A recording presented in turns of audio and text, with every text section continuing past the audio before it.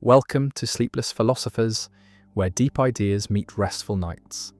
If you enjoy these journeys through philosophy, please like and subscribe and turn on notifications for daily uploads. To support the channel, consider leaving a super thanks. Any amount helps us continue creating content. You can also become a member to request video topics. We're not monetized, so your support truly makes the difference. Now let the philosophy begin. The sleeping beauty problem. A woman volunteers for an unusual experiment in probability and subjective credence, an experiment that will test how she should reason about her own situation when her memory has been manipulated. And the setup is as follows. On Sunday, she's put to sleep, and a fair coin is flipped. If the coin lands heads, she is awakened on Monday, interviewed briefly, and then the experiment ends. But if the coin lands tails, she is awakened on Monday, interviewed, given a drug that erases her memory of the Monday awakening, put back to sleep, awakened again on Tuesday, interviewed again, and then the experiment ends. And the crucial feature is that whenever she is awakened, she cannot tell whether it is Monday or Tuesday, cannot tell whether the coin landed heads or tails. She knows only that she is awake and being interviewed. And the question posed to philosophers and decision theorists is this: when Sleeping Beauty is awakened and interviewed, what should her credence be that the coin landed heads? What probability should she assign to heads given her situation and her knowledge?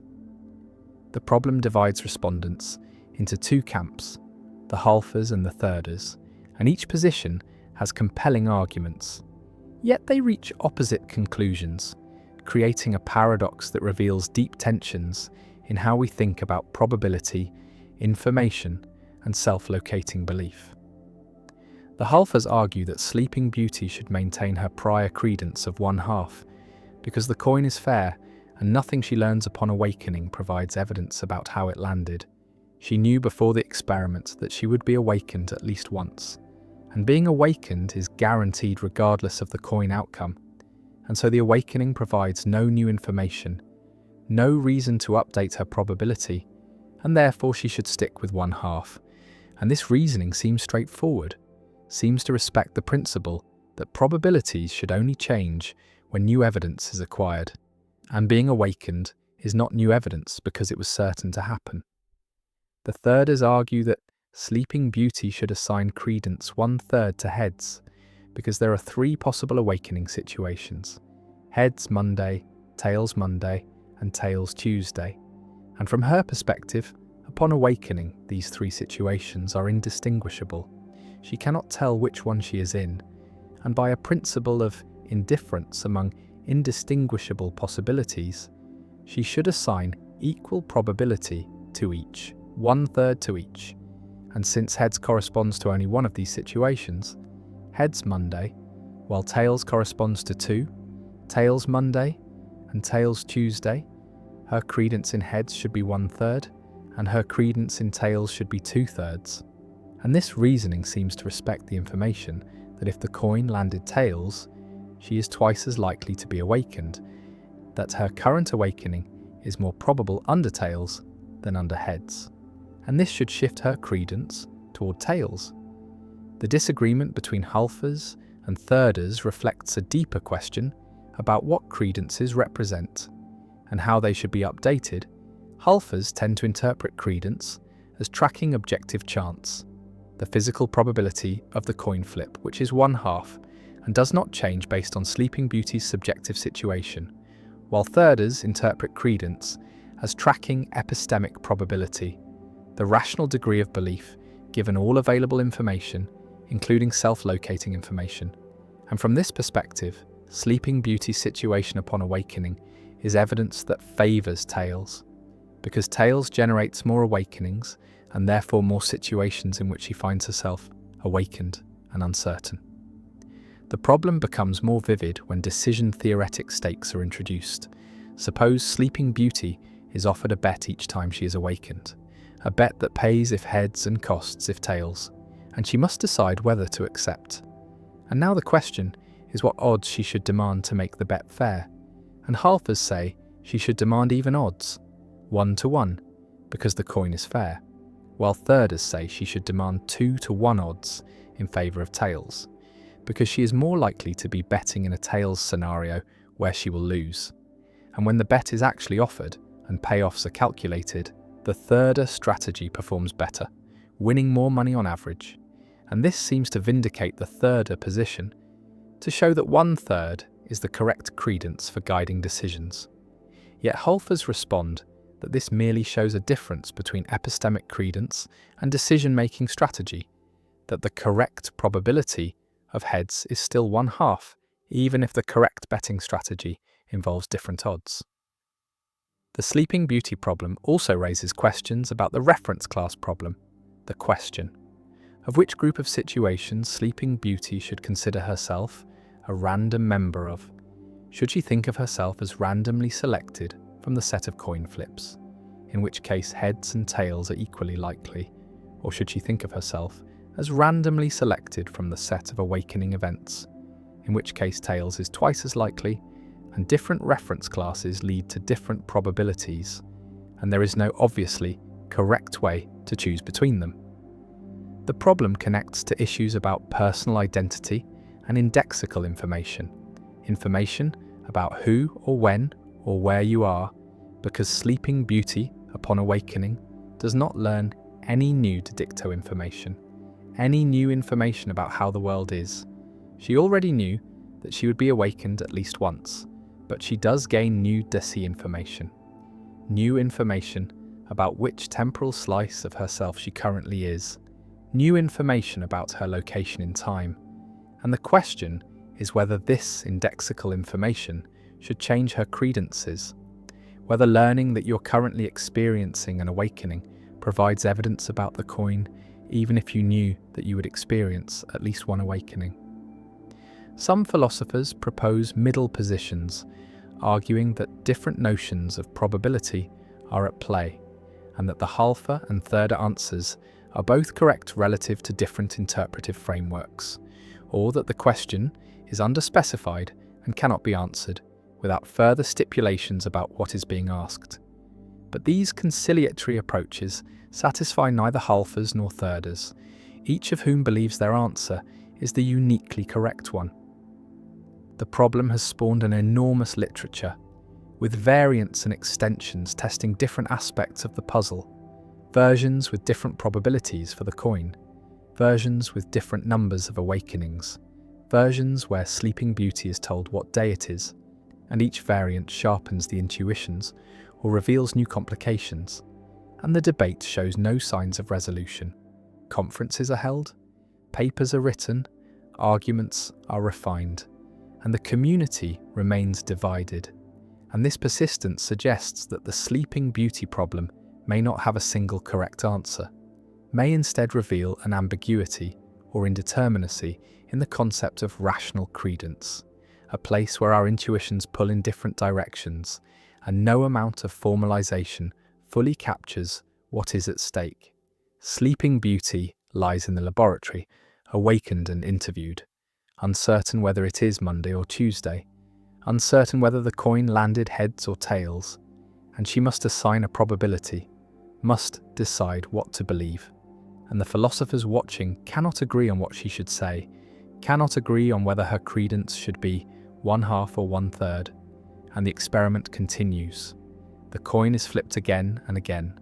Sleeping Beauty is awakened and interviewed again and again, and the paradox persists, a puzzle that seems simple, a question about a coin flip and some awakenings, yet contains within it deep disagreements about probability, evidence, identity, and the nature of rational belief. And no solution has won consensus, no argument has settled the debate, and Sleeping Beauty remains caught between halfers and thirders, between two ways of understanding her situation, two ways of reasoning about uncertainty, and perhaps there is no fact of the matter, no correct answer, only different frameworks that give different results. And the choice between them reflects philosophical commitments rather than mathematical necessity, and the problem endures a touchstone in debates about probability, a puzzle that refuses to be solved, a question that generates endless discussion, yet no agreement, and Sleeping Beauty wakes and wonders, and assigns her credence, and the debate continues, without end, without resolution, a permanent fixture in the landscape of philosophical paradoxes. The stone paradox, another way to ask if God can defeat God's self.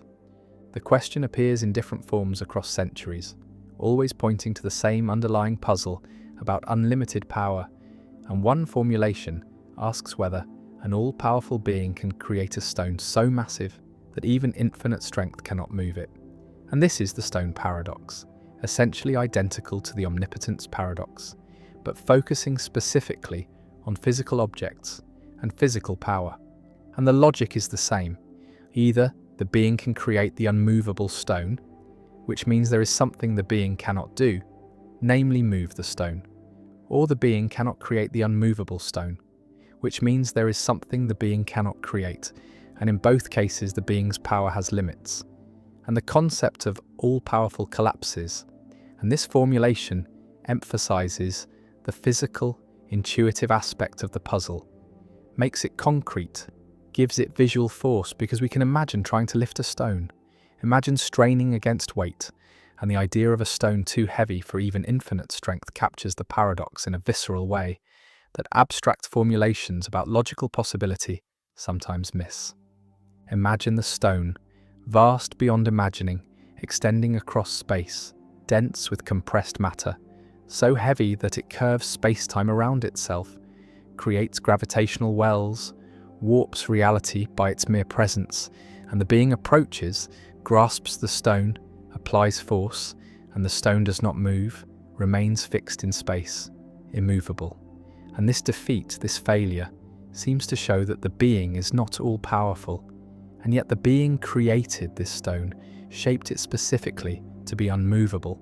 And if the being can create such a stone, then the being has a power that contradicts itself, a power to create constraints that the power itself cannot overcome. And this self-defeating power seems incoherent, seems to be no power at all.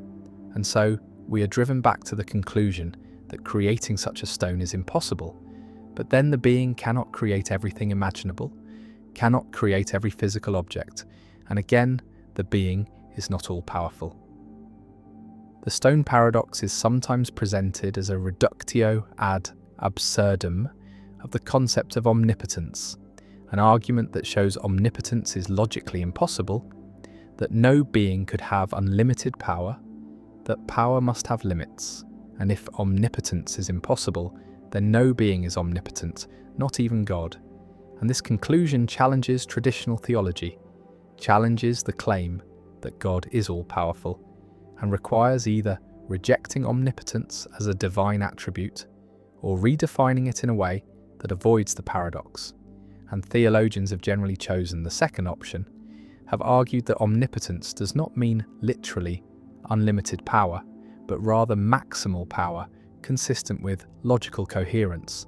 And this means God can do anything that is logically possible, but not things that involve contradictions.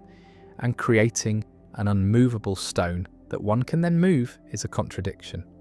And so God's inability to do it is not a limitation, but a reflection of logical necessity.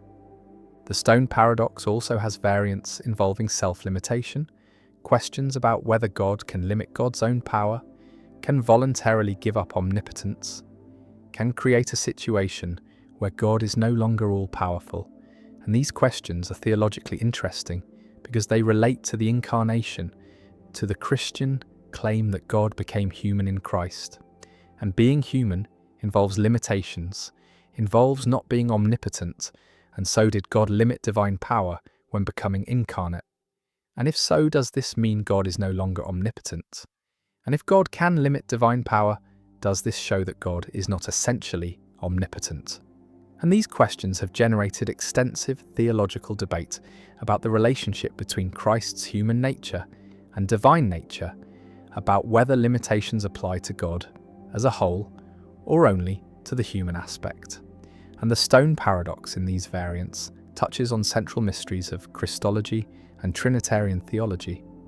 The paradox can also be understood as a question about necessity and possibility, about whether there are constraints that even an all-powerful being must respect, and the response that God cannot do logically impossible things is a claim that logical necessity is more fundamental than power, that even God cannot violate logic, and this has implications for metaphysics, for the question of what grounds logical truths, whether they are independent of God or created by God, and if they are independent, then there is something God does not control, something that limits divine sovereignty. And if they are created by God, then the claim that God cannot violate logic becomes the claim that God cannot do what God has decided is impossible. And this seems to restore divine sovereignty, but raises questions about whether God could have made different logical truths, could have made contradictions possible, and these questions push the limits of coherent thought. Some philosophers have argued that the stone paradox shows that power itself is incoherent as an unlimited concept, that just as there cannot be a largest possible number, because any number can be exceeded by adding one, there cannot be an unlimited power, because any supposed unlimited power can be challenged by asking whether it can create a limit to itself. And this suggests that power is always relational, always defined relative to tasks and capacities. And the idea of absolute power, power not relative to anything, is an illusion, a category mistake. And so the paradox does not refute the existence of very powerful beings, does not show that God cannot be maximally powerful within the constraints of coherence, but it does show that certain formulations of omnipotence, certain claims about unlimited power, are not logically tenable.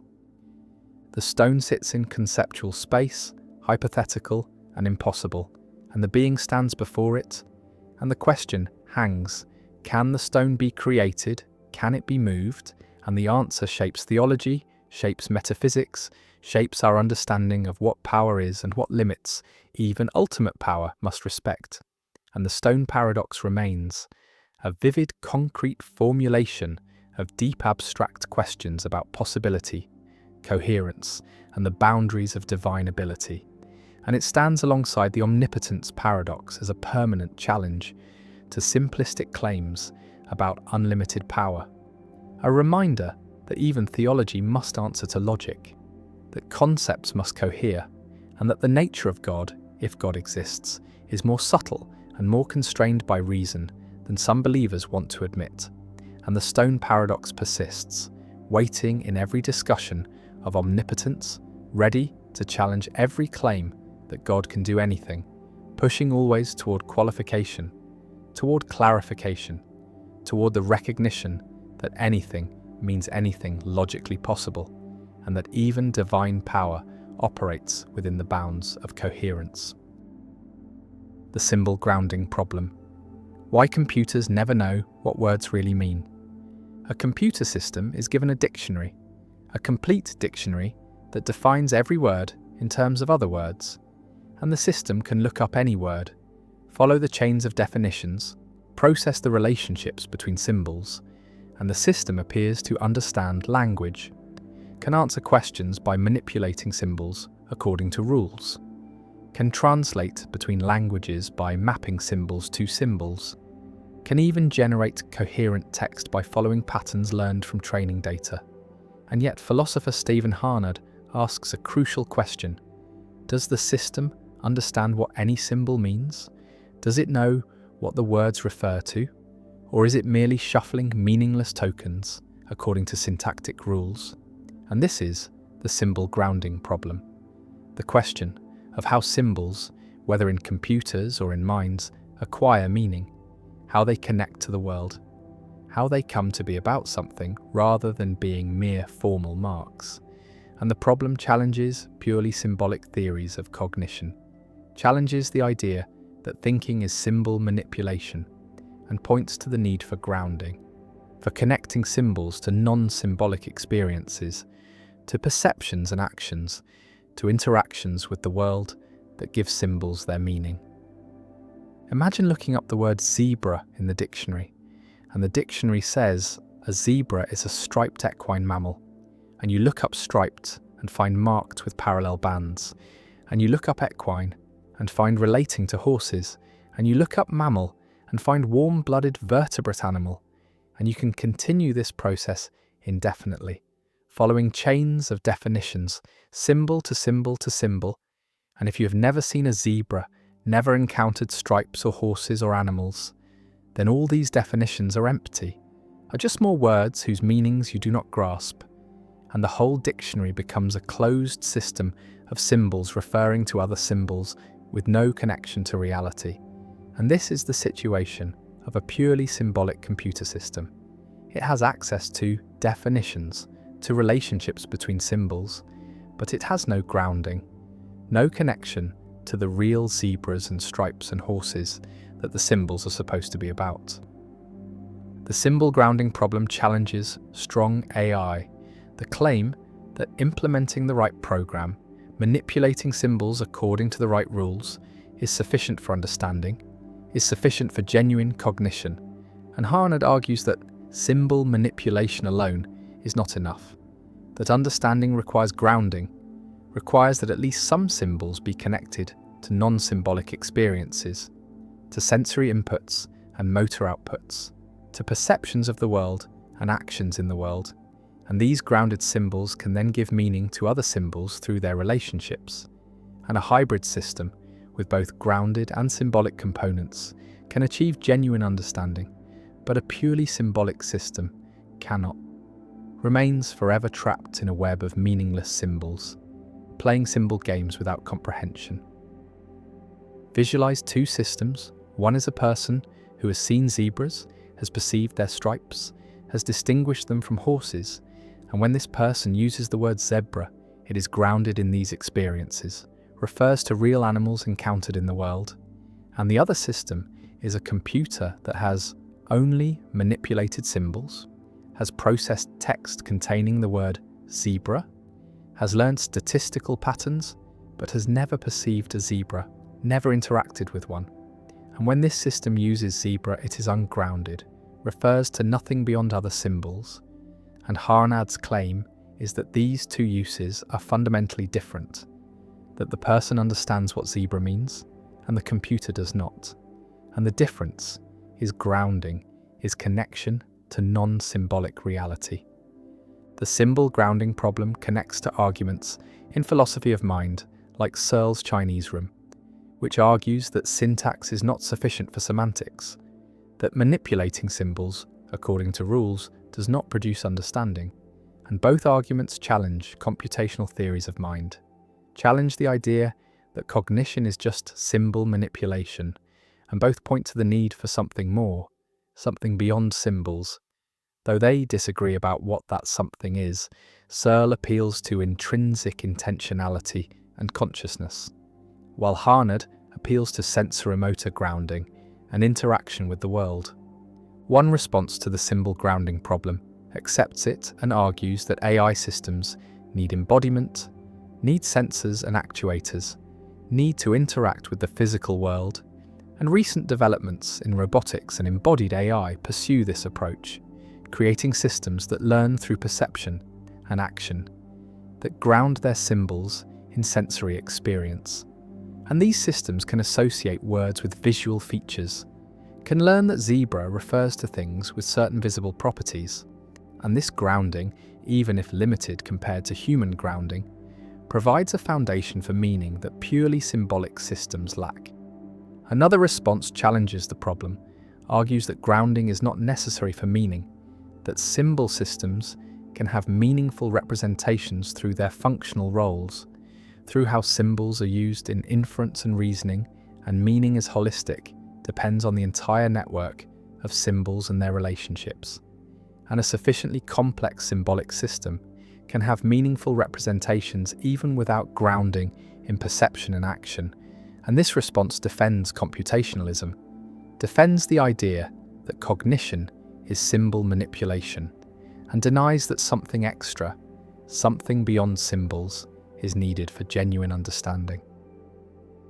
A third response distinguishes between different kinds of meaning, between dictionary meaning, which can be captured symbolically, and grounded meaning, which requires connection to experience, and argues that both kinds exist. Both are legitimate and purely symbolic systems, can have dictionary meaning even if they lack grounded meaning, and for many purposes dictionary meaning is sufficient, is all that is needed for tasks like translation or information retrieval, and so the symbol grounding problem, while real, is less threatening than it appears, shows limits on what purely symbolic systems can do, but does not show that such systems are meaningless or useless. The symbol grounding problem also has implications for language learning, for understanding how children acquire meaning, because children do not learn language from dictionaries, do not master symbols by relating them to other symbols, but learn by associating words with experiences, by hearing zebra while seeing zebras, by using words in context, by grounding language in perception and action. And this grounding happens early, provides a foundation of basic concepts, and more abstract concepts are built on this foundation through symbol-symbol relationships. And so human language combines grounding and symbolic structure, uses both perceptual and abstract meaning, and neither alone is sufficient. The computer processes text, generates responses, manipulates symbols with impressive fluency, and yet the question remains whether it understands anything, whether its symbols mean anything beyond their formal relationships, and Harnad's symbol grounding problem suggests not, suggests that without grounding in non-symbolic experience, the symbols are empty, are syntactic objects without semantic content. And the problem persists as a challenge to AI, as a question about what would be needed for machines to genuinely understand, whether symbol manipulation supplemented with machine learning is enough, or whether something else, something like embodied interaction with the world, is necessary. And the problem remains unresolved, remains debated, remains a permanent feature of discussions about AI and cognition, about meaning and understanding, about the relationship between symbols and what they represent. And the symbol grounding problem endures as a reminder that meaning is not just a matter of relationships between symbols, but requires connection to a non-symbolic ground, requires that symbols hook onto the world, requires that language touch reality, and whether computers can achieve this grounding, whether they can move beyond symbol manipulation to genuine understanding, remains one of the central questions in artificial intelligence and philosophy of mind. The trolley problem: would you kill one person to save 5? A runaway trolley speeds down a track, out of control, and ahead on the track 5 people are tied up, unable to move, unaware of the approaching danger, and the trolley will kill them all unless something is done. And you stand next to a lever that controls a switch, and if you pull the lever, the trolley will be diverted onto a side track, and on that side track, 1 person is tied up. And pulling the lever will save the 5 people, but will kill the 1 person, and you have seconds to decide. And the question is asked: should you pull the lever? Should you actively cause 1 person's death to prevent 5 deaths? And this is the trolley problem, a thought experiment in ethics first formulated by philosopher Philippa Foot in 1967 and later refined by Judith Jarvis Thompson. And the problem has generated endless debate about the nature of moral responsibility, about the difference between killing and letting die, about whether the consequences of an action are all that matter or whether the act itself has moral significance, independent of outcomes. Visualize the scenario: the track stretches ahead, the 5 people bound and helpless, the trolley barreling toward them, unstoppable, and you at the switch, hand on the lever, and time slows as you deliberate. If you do nothing, 5 people die. If you pull the lever, 1 person dies, and the arithmetic seems simple. 5 is greater than 1. Saving 5 lives at the cost of 1 is a net gain. And by this consequentialist reasoning, you should pull the lever. You should minimize harm, maximize lives saved. And many people, when presented with this scenario, say they would pull the lever, would divert the trolley, would accept responsibility for causing 1 death to prevent 5. But now consider a variation. the fat man variant, also called the footbridge scenario, where you stand on a bridge above the tracks, and the trolley is approaching below, heading toward the 5 people, and next to you on the bridge stands a very large person, large enough that if pushed off the bridge, they would fall onto the tracks, and their body would stop the trolley, saving the 5 people, but killing the large person. And you could push this person, could use their body as an obstruction, and the outcome is the same as before. 5 people saved, 1 person killed, and yet when presented with this scenario, most people say they would not push, would not use the large person as a means to stop the trolley, even though the consequences are identical to the lever case. 5 saved, 1 killed, and this asymmetry, this difference in moral intuition between the 2 cases despite the same outcome, is what makes the trolley problem so philosophically interesting. It reveals that our moral judgments are not based purely on consequences, not purely on maximizing lives saved, but also on how those lives are saved, on whether the harm is direct or indirect, on whether someone is used as a means or merely affected as a side effect. The distinction involves the doctrine of double effect, a principle in ethics that says there is a moral difference between intending harm as a means to an end versus foreseeing harm as an unintended side effect. In the lever case, pulling the lever is intended to divert the trolley, and the death of the 1 person is a foreseen but unintended side effect. The 1 person dies because they happen to be on the diverted track, but their death is not the means by which the 5 are saved. The means is the diversion itself, whereas in the fat man case, pushing the person is intended precisely to use their body to stop the trolley. Their death is the means by which the 5 are saved, and this makes the act feel more like murder, more like using a person as a tool. And the doctrine of double effect says that intending harm as a means is morally worse than foreseeing harm as a side effect, even if the outcomes are identical.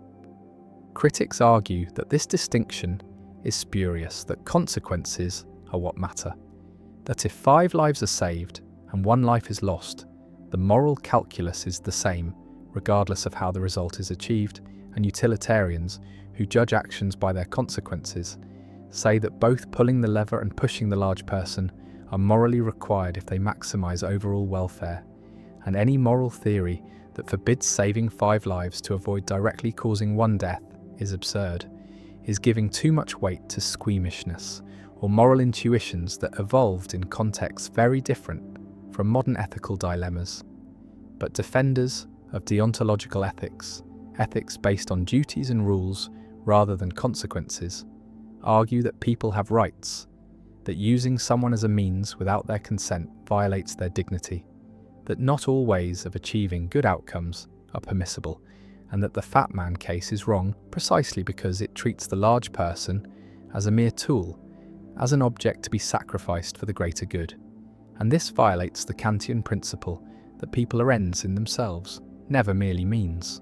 The trolley problem also raises questions about moral responsibility and causation, because in the lever case, you cause the death of the 1 person by pulling the lever, you redirect the trolley, but in the do-nothing case, you do not cause the death of the 5 people. The trolley causes their deaths, and you merely fail to prevent it. And some moral theories distinguish between killing and letting die, between acts and omissions, and say that killing is worse than letting die, that actively causing harm carries more moral weight than passively allowing harm. And by this reasoning, pulling the lever might be wrong because it involves killing, whereas doing nothing involves only letting die. But this asymmetry is controversial. Many philosophers argue that there is no deep moral difference between killing and letting die, that if you can prevent 5 deaths at the cost of 1 death, you should do so, regardless of whether the mechanism involves action or inaction. Visualize standing at the lever, frozen by indecision, the trolley approaching, the seconds ticking away, and your mind races through arguments, through principles, through gut reactions, and different moral frameworks give different answers. Consequentialism says pull, deontology says maybe not. Virtue ethics asks what a virtuous person would do, and the answer is not obvious, depends on which virtues are relevant: courage, compassion, respect for autonomy, and the problem reveals that our moral intuitions are not consistent, not unified by a single principle, but are a patchwork of different considerations, different values that sometimes conflict. And in hard cases like the trolley problem, these conflicts become explicit, become impossible to ignore, and we must choose which principle to prioritize, which value to uphold. And there is no algorithm, no formula that tells us the right answer, only judgment, only the difficult work of weighing competing considerations and making a choice we can live with. The trolley problem has been studied empirically. Psychologists have presented it to thousands of subjects, measuring their responses, looking for patterns, and the results confirm that most people distinguish between the lever and the fat man cases. Most would pull the lever, but not push the fat man. And brain imaging studies suggest that different parts of the brain are involved. The lever case activates regions associated with reasoning and calculation, while the fat man case activates regions associated with emotion and social cognition. And this suggests that our moral judgments involve both rational deliberation and emotional response, both utilitarian calculation and deontological intuition, and different scenarios trigger different systems. And the tension between these systems is what makes moral dilemmas difficult. What makes them dilemmas? Cases where no answer satisfies all our moral intuitions, where any choice involves sacrifice, involves accepting consequences or violating principles.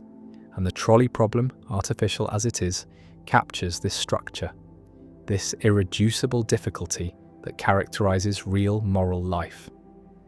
The trolley speeds on, the people lie helpless, the lever waits, and the choice must be made: pull or don't pull, act or refrain, and the problem offers no comfort, no easy answer, only the recognition that morality is hard, that lives are at stake, that our choices matter, and that sometimes there is no right answer, only answers that feel less wrong.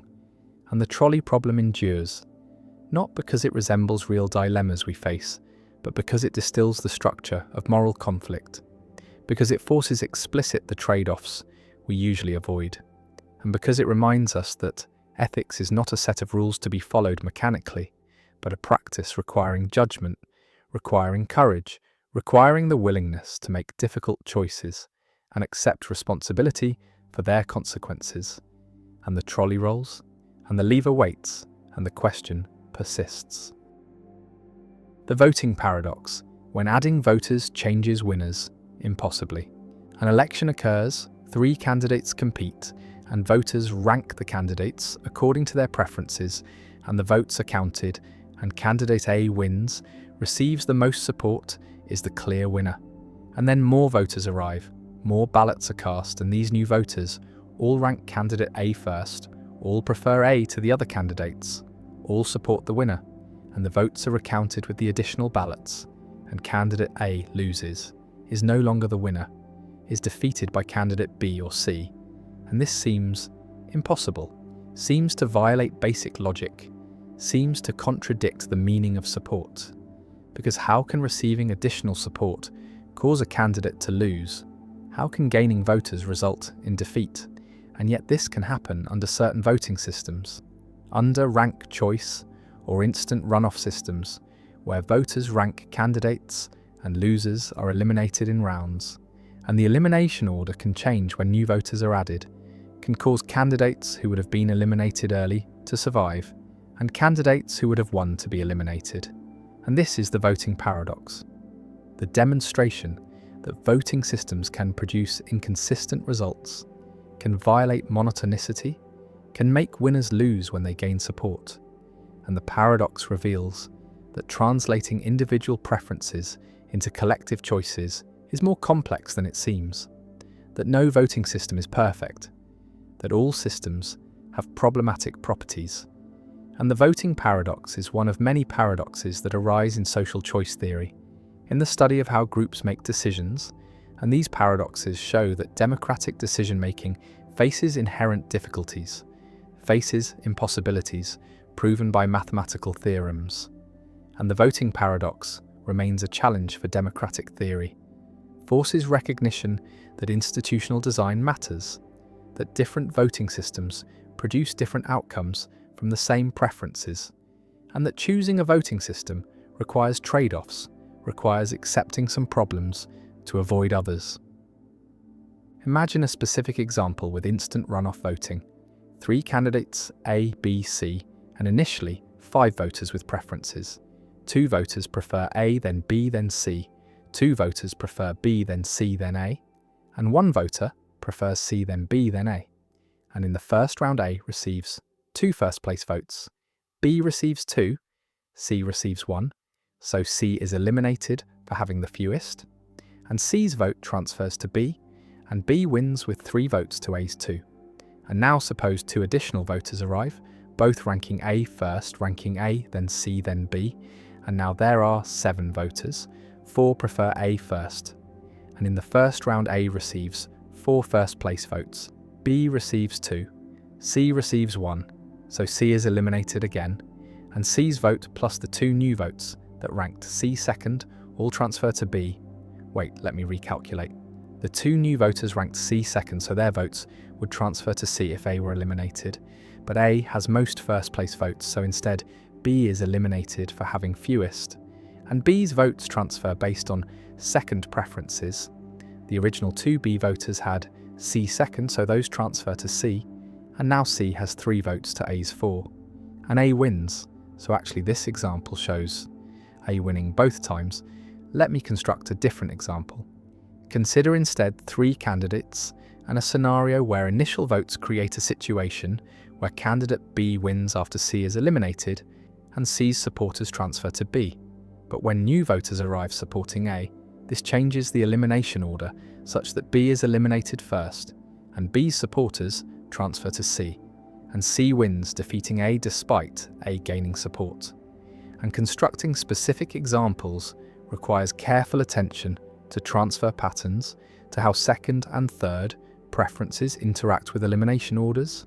And the paradox is real, has been documented, has been proven possible under instant runoff and other systems.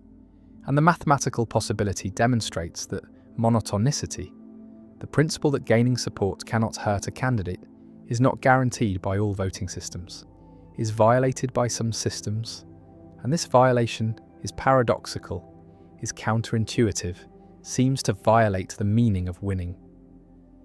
The voting paradox connects to Arrow's impossibility theorem, which proves that no voting system can simultaneously satisfy a set of seemingly reasonable criteria, including monotonicity, independence of irrelevant alternatives, Pareto efficiency, and non-dictatorship, and the voting paradox is one manifestation of this impossibility, is one way that voting systems fail to satisfy all desirable properties. And Arrow's theorem shows that the paradox is not a defect of particular voting systems, but is an inherent feature of aggregating preferences. It is an unavoidable trade-off, and different voting systems make different trade-offs, prioritize different properties, and the paradox shows that monotonicity is one property that some systems sacrifice. And choosing a voting system requires deciding which properties are most important, which failures are most acceptable. Visualize the voting paradox as revealing path dependence, where the outcome depends not just on preferences but on the order in which candidates are eliminated, on the sequence of decisions, and adding voters changes. This sequence changes which candidates survive to later rounds. And this path dependence creates opportunities for paradoxes, creates situations where gaining support can hurt because it changes the path, changes who is eliminated when. And this shows that voting outcomes are not simply determined by preferences, but are mediated by procedures, by the specific rules used to aggregate preferences, and different rules produce different outcomes. One response to the voting paradox is to abandon instant runoff voting, to use systems that do not exhibit non-monotonicity and plurality voting, where the candidate with most first-place votes wins without elimination rounds, satisfies monotonicity. Gaining votes always helps under plurality. But plurality has other problems, has spoiler effects, can elect candidates opposed by majorities, and so while plurality avoids the voting paradox, it faces different paradoxes, different failures, and no system is paradox-free, and the choice is between different sets of problems. Another response is to accept that monotonicity, violations are rare, are unlikely in practice, require specific configurations of preferences, and while the voting paradox is possible, it is improbable, and instant runoff voting performs well on average. Despite theoretical problems, and empirical studies of actual elections using instant runoff find few, if any, cases of monotonicity violations, find that the paradox is more theoretical than practical, and this response prioritizes actual performance over theoretical properties, accepts that systems can be good enough even if not perfect. An instant runoff may be good enough despite the voting paradox. A third response develops approval voting or score voting systems where voters can express intensity of preference, can give multiple candidates approval or give candidates numerical scores. And these systems have different properties, avoid some paradoxes while potentially creating others. And approval voting satisfies monotonicity. Gaining approval always helps, but approval voting faces strategic voting problems. Voters must decide which candidates to approve.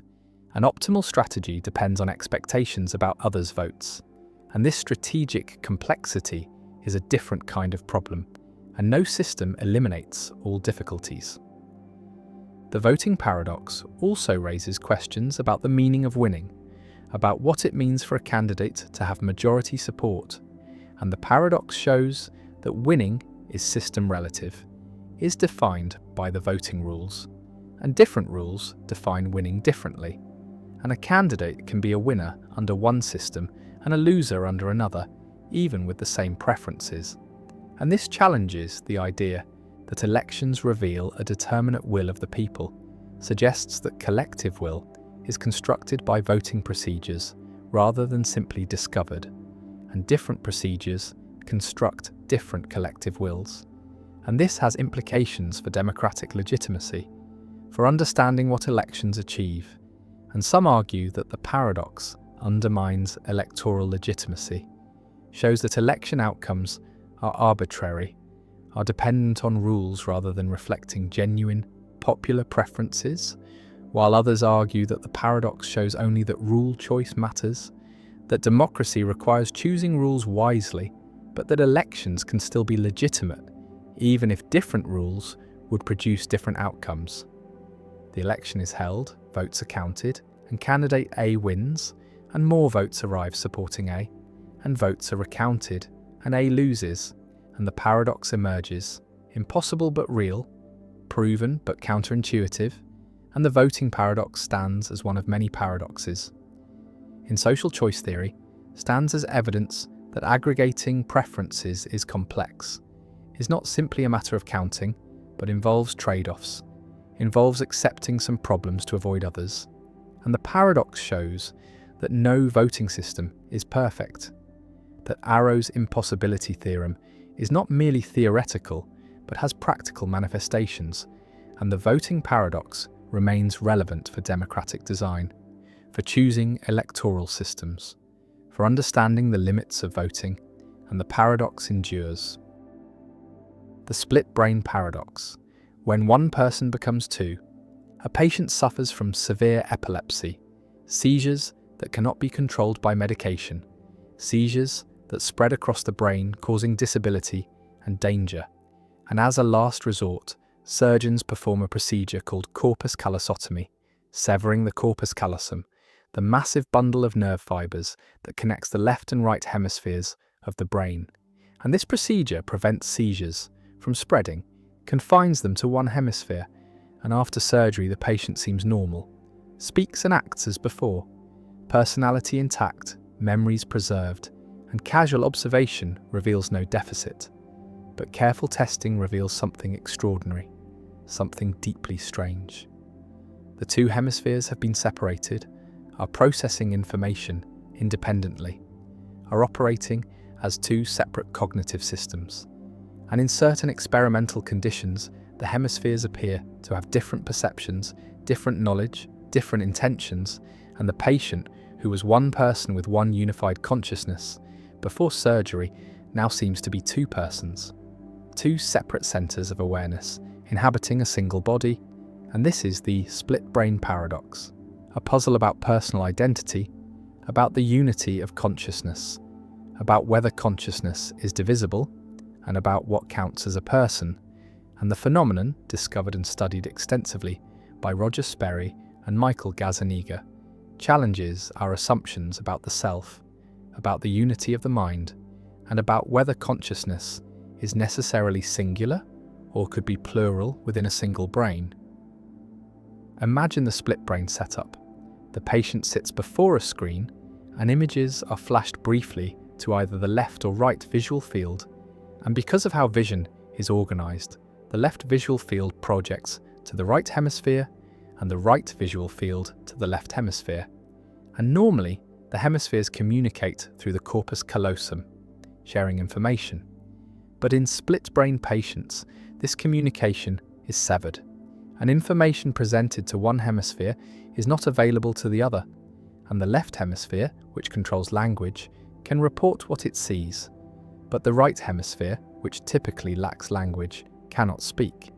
And this creates dissociations, cases where the person can verbally report seeing something flash to the right visual field, processed by the left hemisphere, but denies seeing anything flash to the left visual field, processed by the right hemisphere, and yet the right hemisphere clearly saw the stimulus, because when asked to point with the left hand, controlled by the right hemisphere, the patient points accurately, and so the patient both saw and did not see, both knows and does not know, depending on which hemisphere is asked.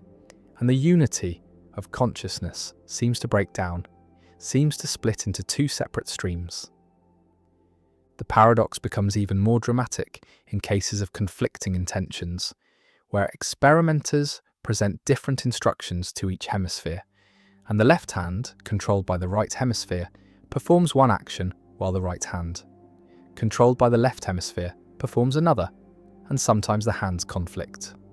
One hand buttoning a shirt while the other unbuttons it, one hand reaching for an object while the other pushes it away, and the patient reports frustration, reports feeling as if the left hand has a mind of its own, is acting independently, and the verbal left hemisphere confabulates explanations, invents reasons for the left hand's actions, reasons that are false because the left hemisphere does not know what the right hemisphere is doing, does not have access to its intentions.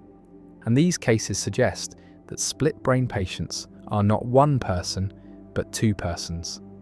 Two separate conscious agents inhabiting one body, each with their own perceptions, their own knowledge, their own goals, and the philosophical question is whether this is correct, whether splitting the brain splits the person, whether consciousness is divisible, whether personal identity can survive such division. Visualize consciousness before and after the surgery. Before surgery, there is one unified consciousness, one stream of awareness, experiences from both hemispheres integrated, and after surgery, this unity is broken. Each hemisphere processes information separately, and the question is whether there are now two consciousnesses, two subjects of experience, or whether there is still one consciousness that has become disconnected from some information, and different philosophers give different answers. Some argue that split brain patients become two persons, that severing the corpus callosum creates two centers of consciousness where there was one, and others argue that the patient remains one person, but with a divided consciousness, a consciousness that is no longer unified. And still others argue that consciousness remains unified, but access to information is divided, and the hemispheres are like modules within one consciousness rather than separate consciousnesses. The split brain paradox raises questions about the relationship between unity and consciousness, about whether consciousness is essentially unified or whether it could be divided or plural. And normal consciousness feels unified, feels like there is one subject experiencing everything, one perspective from which the world is viewed, and split brain cases challenge this unity, suggest that consciousness could be less unified than it seems, could be divided into separate streams that normally communicate but could operate independently. And this has implications for understanding the self, for whether the self is a unified entity or a collection of parts, for whether personal identity requires unity of consciousness or could survive division. One response to the paradox denies that split-brain patients become two persons, argues that the left hemisphere, the language-dominant hemisphere, is the person, is the locus of consciousness and self-awareness, and the right hemisphere, while capable of processing information and guiding behavior, lacks the higher-order thought and self-awareness that constitute personhood. And so the patient remains one person, the left hemisphere person, and the right hemisphere is more like an unconscious module that influences behavior without being a separate conscious agent. And this response preserves the singularity of persons, but at the cost of denying consciousness to the right hemisphere. Another response accepts that split-brain patients become two persons, accepts that there are two centers of consciousness after surgery, two subjects of experience, and argues that personal identity is not preserved through brain bisection, that splitting the brain creates two persons from one, and these two persons share a body, share a past, but are distinct in the present, have different experiences, different knowledge. And this response takes the split brain evidence seriously, treats the hemispheres as separate conscious systems, but faces the challenge of explaining how two persons can inhabit one body, how they coordinate, and whether one has priority over the other. A third response appeals to degrees of unity, argues that consciousness is not all or nothing unified, but comes in degrees, and split-brain patients have less unified consciousness than normal people, but are not completely divided, are somewhere between one person and two, and unity of consciousness is a spectrum, and split-brain patients are toward the divided end. And this response avoids the binary choice between one person and two, allows for partial division, for consciousness that is neither fully unified nor fully separate. And this seems to fit the evidence better, fits the fact that split-brain patients seem mostly normal, seem like one person most of the time, but show signs of division in specific experimental conditions. The split-brain paradox also connects to debates about personal identity over time, about what makes you the same person you were yesterday, about whether personal identity requires psychological continuity, and split-brain cases are like thought experiments about fission made real, are actual cases where one person seems to become two, and philosophers have long debated fission cases, cases where a person's brain is divided and placed in two bodies, and asked whether the original person survives, and if so, which resulting person is the original. And split-brain surgery is a partial realization of this scenario, does not create two separate bodies, but does create two separate information processing systems, and the philosophical puzzles about fission apply to split-brain cases, puzzles about identity, about survival, about what matters in personal existence. The patient lives with split brain, navigates the world, seems normal to observers, and most of the time, the two hemispheres cooperate through shared subcortical structures, through behavioral coordination, through learned patterns, and the division is not apparent. But in the laboratory, under controlled conditions, the split emerges. The two hemispheres reveal their independence, and the paradox appears: one person or two, unified or divided, single consciousness or dual, and the answer remains disputed, remains unclear, and the split-brain paradox endures as one of the most fascinating and philosophically significant phenomena in neuroscience, a real-world case that challenges our understanding of consciousness, of unity, of personal identity, and of what it means to be one person rather than many. And the severed corpus callosum sits there, two hemispheres separated, and the question persists: is this one mind or two? And the paradox remains unsolved, perhaps unsolvable, a permanent puzzle about the nature of self and consciousness. The swampman paradox. Lightning strikes a swamp, and in that instant a man walking through the marsh is vaporized, his body reduced to scattered atoms. And by an extraordinary coincidence, the same lightning strike rearranges nearby organic matter into an exact duplicate of the man, molecule for molecule, synapse for synapse, every memory and personality trait perfectly replicated by chance. And this duplicate, called Swampman by philosopher Donald Davidson, who devised the thought experiment, opens his eyes and continues walking, unaware that anything has happened, believing himself to be the man who entered the swamp moments before. The question that follows is unsettling. Is Swampman the same person as the man who was destroyed? And if not, then what is he? Does he have thoughts, beliefs, desires? Or are his internal states merely physical patterns that resemble mental states without actually being mental states? And this paradox strikes at theories of meaning, content, and personal identity, revealing tensions between physical and historical criteria for mental properties. Davidson argued that Swampman does not have thoughts or beliefs, at least not initially, because the content of mental states depends on causal history, on how those states were formed through interaction with the environment and the linguistic community, and Swampman has no history, no past interactions, no causal connections to the world.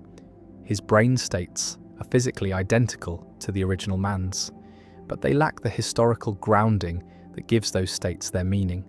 And so when Swampman seems to think about his wife, he is not actually thinking about anyone, because his internal states have no reference, no connection to the people and things they superficially resemble. This position reflects a broader externalist view in philosophy of mind, the idea that mental content is not determined solely by what is inside the head, but also by external relations, by the history of how beliefs and concepts were acquired, by the environment in which the organism evolved and learned. And so two physically identical beings could have different mental contents, or one could have mental contents while the other has none, depending on their causal histories.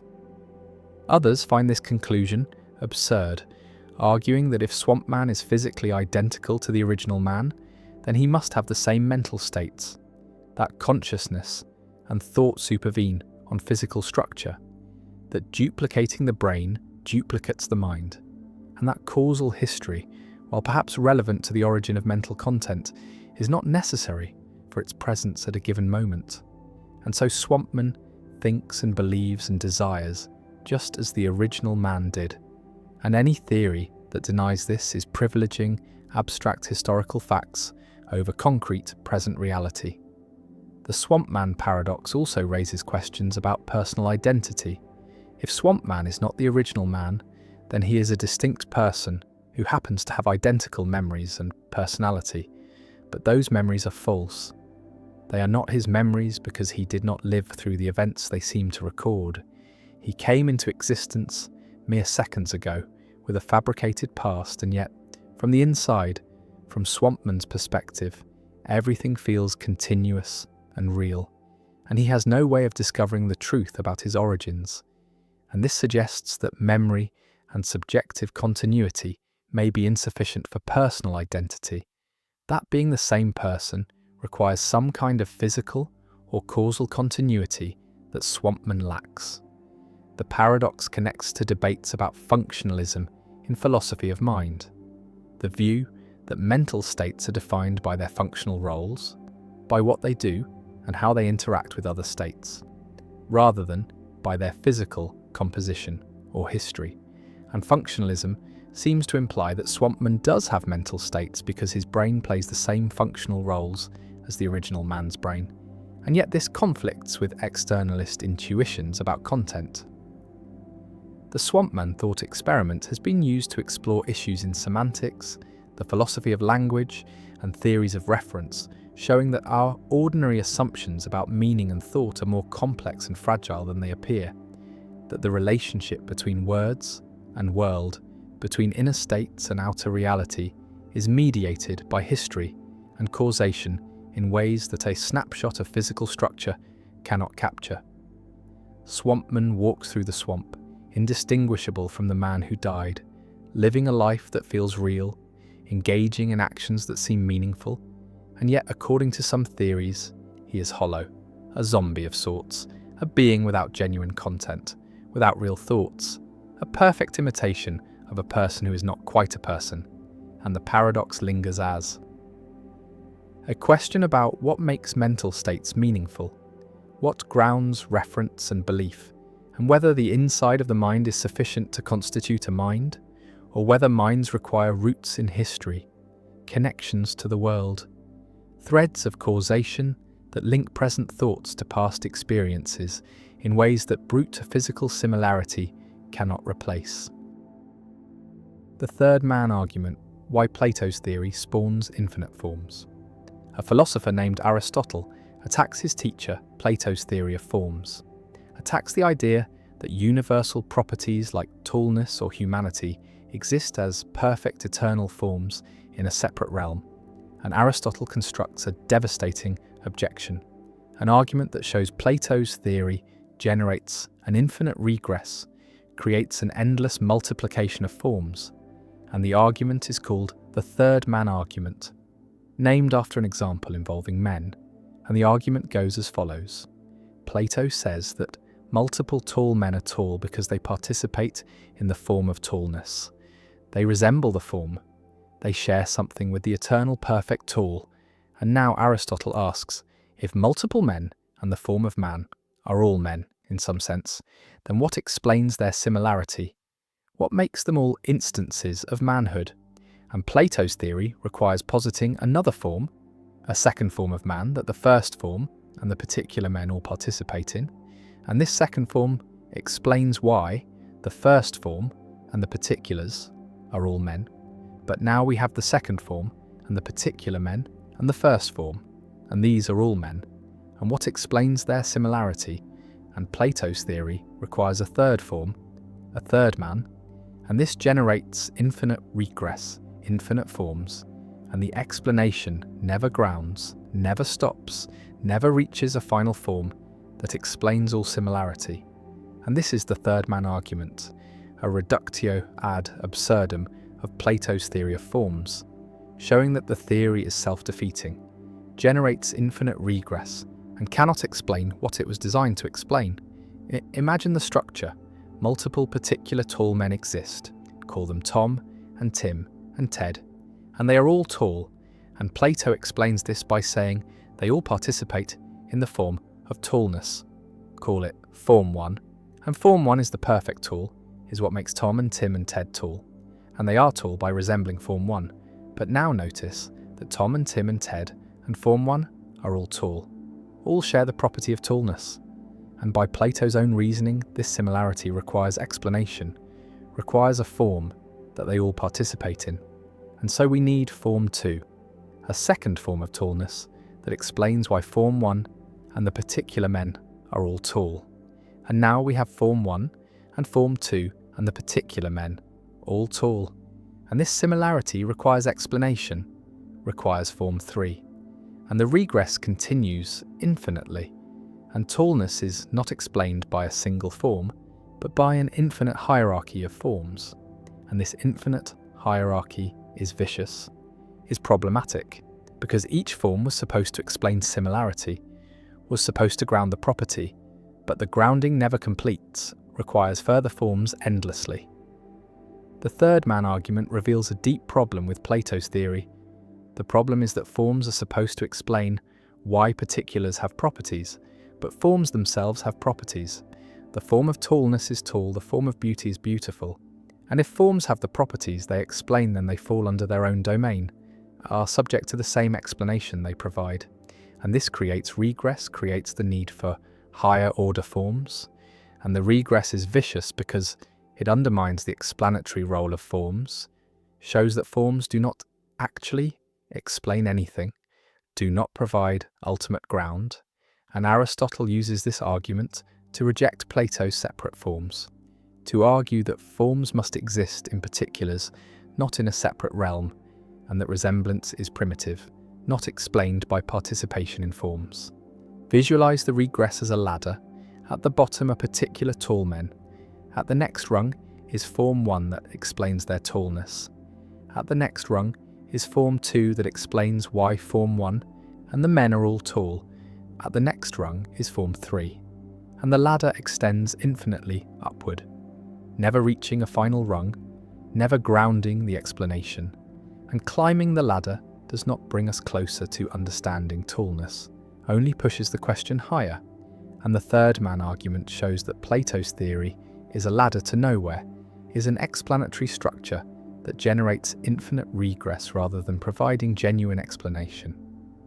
One response to the third man argument, a response Plato himself may have considered, denies that forms have the properties they explain, denies that the form of tallness is itself tall, argues that forms are paradigms, are perfect standards, but do not instantiate the properties they ground. And the form of tallness is not tall, but is what tallness is the nature of tallness. And particulars are tall by resembling the form, but the form does not resemble itself, does not participate in itself. And this blocks the regress because there is no need to explain why the form and the particulars are both tall. The form is not tall, and only particulars are tall, and the regress does not start. And this response requires distinguishing between being a property and instantiating a property, requires that forms be properties without having properties. And this is metaphysically subtle, requires careful formulation. Another response accepts that forms instantiate themselves, accepts that the form of tallness is tall, but denies that this requires further explanation, denies that the form and particulars being tall needs to be explained by a higher form, argues that the form is self-explanatory, is the ground of tallness, and the fact that the form is tall is not a further fact requiring explanation, but is constitutive of what the form is, and this response blocks the regress by denying the premise that all similarity requires explanation, allows that some similarity is primitive, is not explained by further forms, and the form of tallness being tall is primitive, grounds other tallness, but does not itself need grounding. A third response from Aristotle's own position rejects Plato's separate forms entirely, argues that universals exist in particulars not in a separate realm, and tallness exists in tall men, is immanent, not transcendent. And this avoids the third man regress because there is no separate form that is itself tall. Forms are not separate entities but are aspects of particulars, and the regress does not arise because there is no form that shares the property with particulars. And Aristotle's immanent realism avoids the third man argument by changing the metaphysical location of universals, putting them in the world rather than in a separate realm.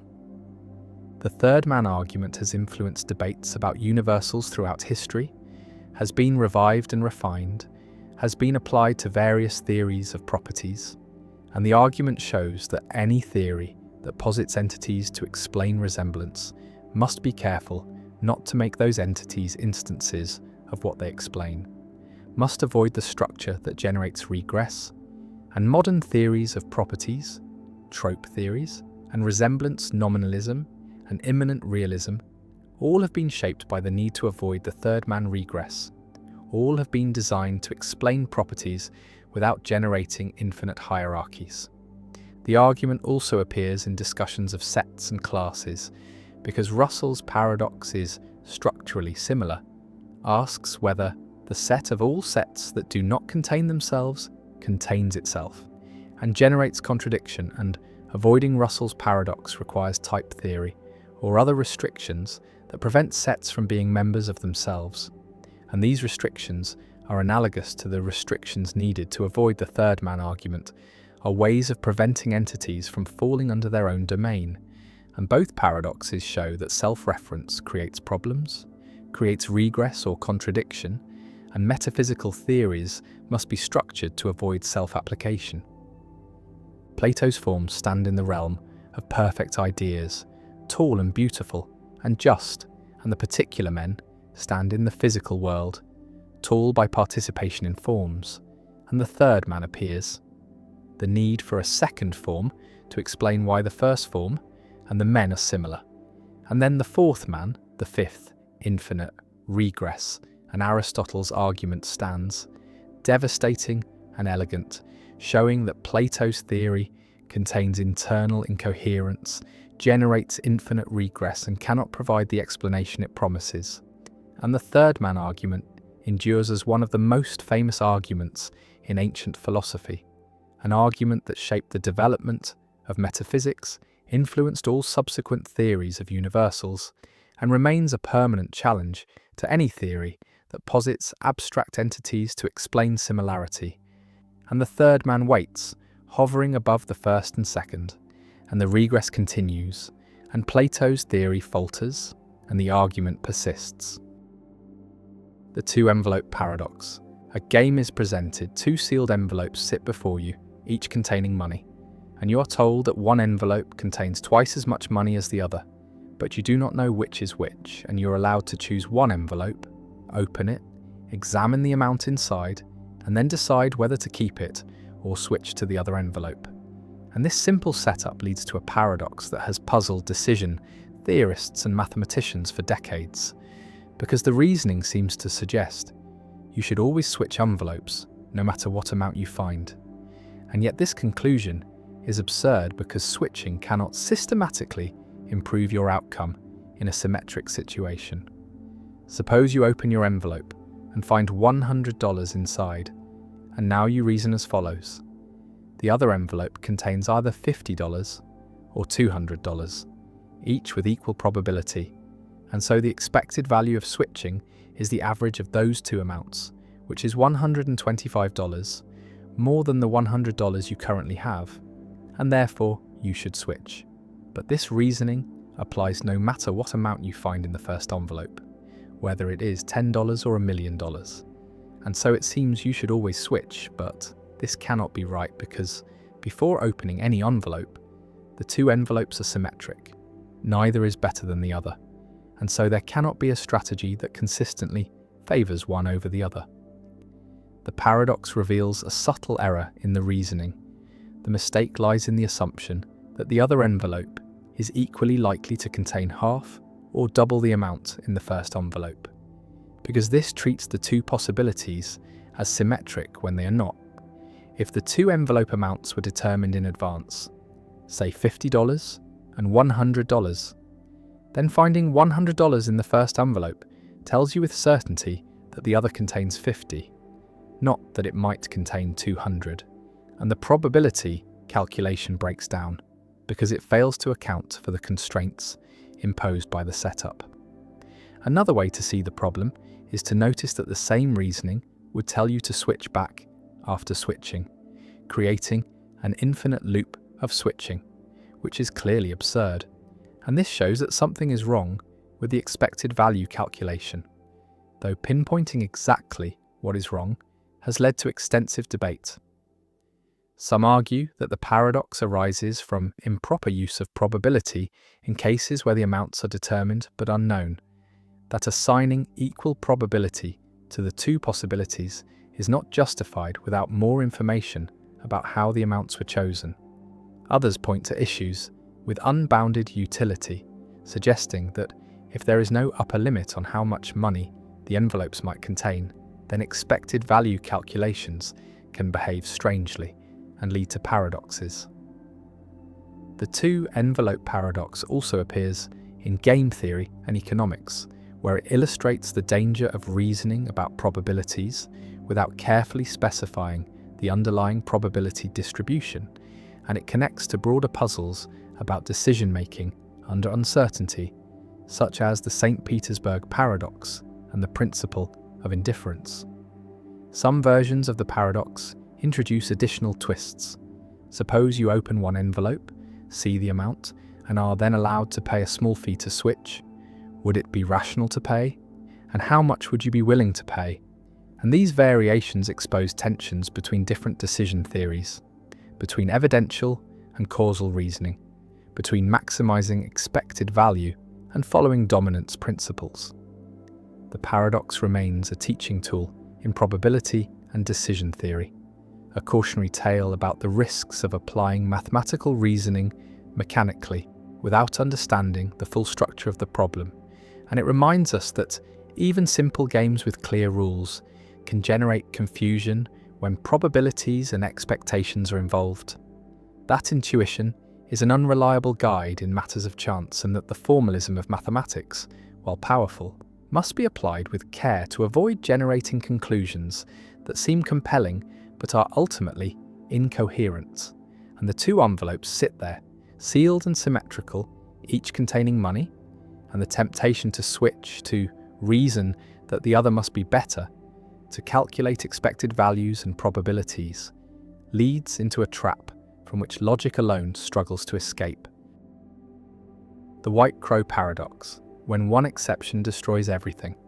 The statement "all crows are black" is a universal generalization, claims that every member of a class has a certain property, and to confirm this hypothesis, we observe crows, find black ones, and each observation of a black crow provides some evidence that all crows are black. And as the observations accumulate, as we find hundreds or thousands of black crows and no non-black ones, our confidence grows. The hypothesis seems increasingly well supported, and this is standard inductive reasoning, generalizing from observed to unobserved cases, and yet there is an asymmetry, a striking difference between confirmation and refutation, because while confirming a universal generalization requires many observations, observing instance after instance, refuting it requires only one, requires finding a single counterexample, a single white crow, and this one observation destroys the hypothesis completely, shows definitively that not all crows are black, and this asymmetry between confirmation and refutation is sometimes called the white crow paradox, or the black swan problem, named for the discovery of black swans in Australia, which refuted the European belief that all swans are white, and the paradox highlights the logical asymmetry between universal and existential claims, between all and some, and raises questions about the rationality of holding universal beliefs based on limited evidence.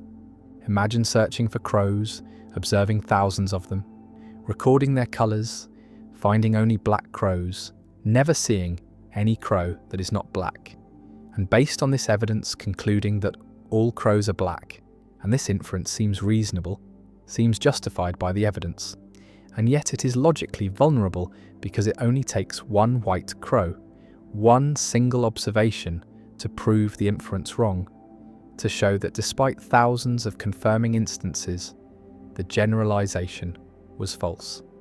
And this vulnerability is not unique to the crow hypothesis, but characterizes all universal generalizations, all claims of the form, all X are Y, and it raises the question of whether we should believe such generalizations at all, whether induction can ever justify universal claims, or whether we should limit ourselves to weaker claims, like all observed crows are black, or most crows are probably black, claims that cannot be refuted by a single counterexample.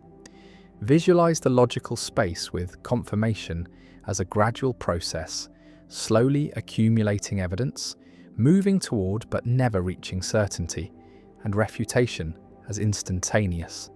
A single observation that immediately establishes falsity, and this asymmetry is fundamental to the logic of universal and existential quantification, because to prove all crows are black requires checking every crow, which is impossible if there are infinitely many crows or even just too many to observe, while to prove some crows are not black requires finding only one. And so existential claims are verifiable but not falsifiable, can be proven true but not proven false, while universal claims are falsifiable but not verifiable, can be proven false but not proven true. And this asymmetry shapes scientific practice, shapes how we test theories, and Karl Popper built an entire philosophy of science around it, arguing that scientific theories should be universal claims that are falsifiable, that science progresses not by confirming theories, but by attempting to refute them, and theories that survive refutation attempts are corroborated though never confirmed. The white crow paradox connects to the problem of induction, to Hume's challenge, because induction moves from observed instances to unobserved generalizations, from particular to universal, and this move is never logically justified, can never guarantee that the conclusion is true even if all premises are true, and the possibility of a white crow, the possibility that the next observation will refute the generalization, is always present, can never be eliminated, no matter how many confirming instances we have observed. And this makes universal generalizations perpetually tentative, perpetually vulnerable. And some philosophers conclude that we should never fully believe them, should always maintain some doubt, should treat them as useful working hypotheses, rather than as established truths. The paradox also raises questions about the psychology of belief, about why we do believe universal generalizations despite their vulnerability, about why finding thousands of black crows leads us to believe that all crows are black, even though we know this belief could be refuted tomorrow by a single white crow.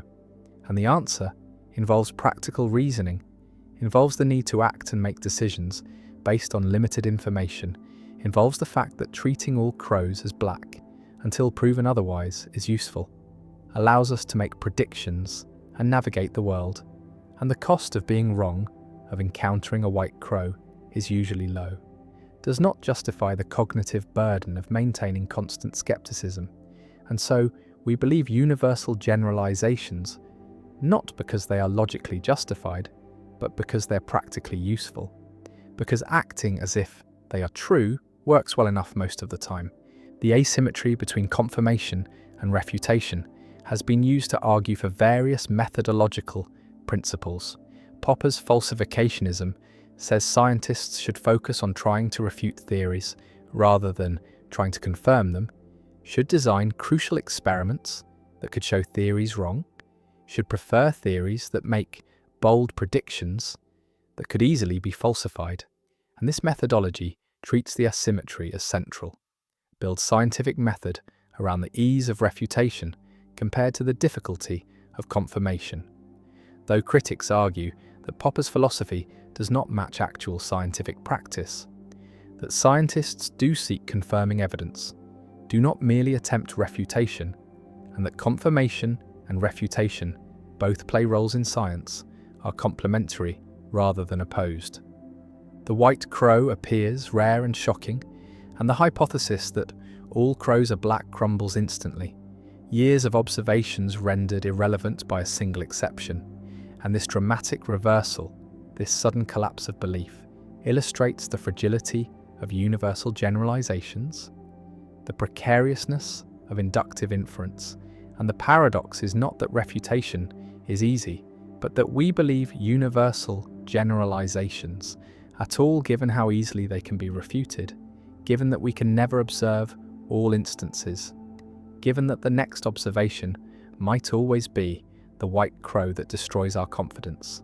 And yet we do believe, we do generalize, we do infer from observed to unobserved, because we must. Because thinking and acting require going beyond immediate experience, require making assumptions about regularity, about patterns continuing, about the unobserved resembling the observed, and the white crow paradox stands as a reminder that these assumptions are always vulnerable, always tentative, always subject to refutation by new evidence, and that science progresses not by establishing certainties but by proposing hypotheses that survive testing, that withstand attempts at refutation, that continue to work until they do not, and the search for white crows continues. The search for exceptions, for counterexamples, for anomalies that challenge generalizations, because finding them is how we learn, how we improve theories, how we discover that what we thought was universal is merely local, that what we thought was necessary is merely contingent, and the white crow paradox endures as a lesson about the limits of induction, about the asymmetry between proof and disproof, and about the tentative nature of all empirical knowledge. Cantor's paradox. Georg Cantor, the mathematician who revolutionized our understanding of infinity by developing set theory and demonstrating that infinite sets come in different sizes, encountered a paradox that threatened the foundations of his own creation. And this paradox asks a simple question that leads to contradiction. What is the cardinality of the set of all sets? What is the size of the collection that contains every possible set as a member? And Cantor's theorem, one of his most important results, states that for any set, the power set, the set of all subsets of that set, has strictly greater cardinality than the original set, meaning there is no one-to-one correspondence between a set and its power set. The power set is always larger, and this theorem applies to finite sets, where the power set of a set with n elements has 2 to the power n elements, and it applies to infinite sets as well. The power set of the natural numbers, which is the set of all subsets of natural numbers, has greater cardinality than the natural numbers themselves. It is uncountably infinite, while the natural numbers are merely countably infinite. The paradox emerges when we apply Cantor's theorem to the set of all sets, because if there is a set that contains every set as a member, including itself and all its subsets, then we can consider the power set of this universal set, the collection of all subsets of the set of all sets, and by Cantor's theorem this power set must have greater cardinality than the set of all sets. But every subset of the set of all sets is itself a set, and therefore must be a member of the set of all sets, because the set of all sets contains every set. And so, the power set is contained within the set of all sets. It cannot be larger, and yet Cantor's theorem says it must be larger, and this contradiction is Cantor's paradox, a proof that the set of all sets cannot exist, that naive set theory, which allows the formation of any collection that can be described, is inconsistent. The paradox is related to Russell's paradox, which also exposes contradictions in naive set theory by considering the set of all sets that do not contain themselves, and both paradoxes revealed that unrestricted set formation leads to contradictions, that not every collection can be a set, and that mathematics needed a more careful foundation, and this led to the development of axiomatic set theories like Zermelo-Fraenkel set theory, which impose restrictions on what sets can be formed, typically by avoiding self-reference and by building sets up gradually from simpler sets using specified operations. And in these axiomatic systems, the set of all sets does not exist. The formation of such a set is not permitted by the axioms, and the paradox is avoided by denying the existence of the problematic collection. Cantor's paradox raises deep questions about the nature of infinity and totality, about whether there is a largest infinity, a biggest collection, and the paradox suggests that there is no largest cardinal number, that for any infinite size there is a larger infinite size obtained by taking the power set, and this hierarchy extends without bound.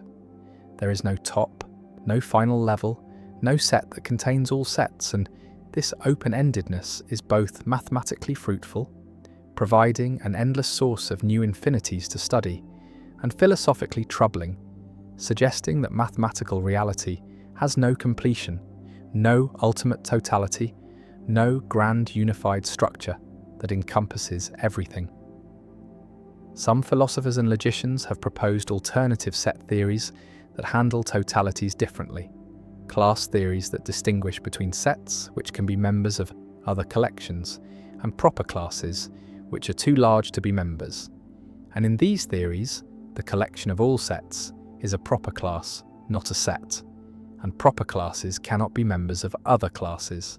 And this distinction blocks the formation of the power class of the class of all sets, preventing the contradiction, and category theory provides another framework where collections are organized into categories, and the totality of all sets forms a category, but not a set within any category. And these approaches allow mathematicians to talk about very large collections without generating contradictions. Cantor himself was deeply troubled by the paradoxes.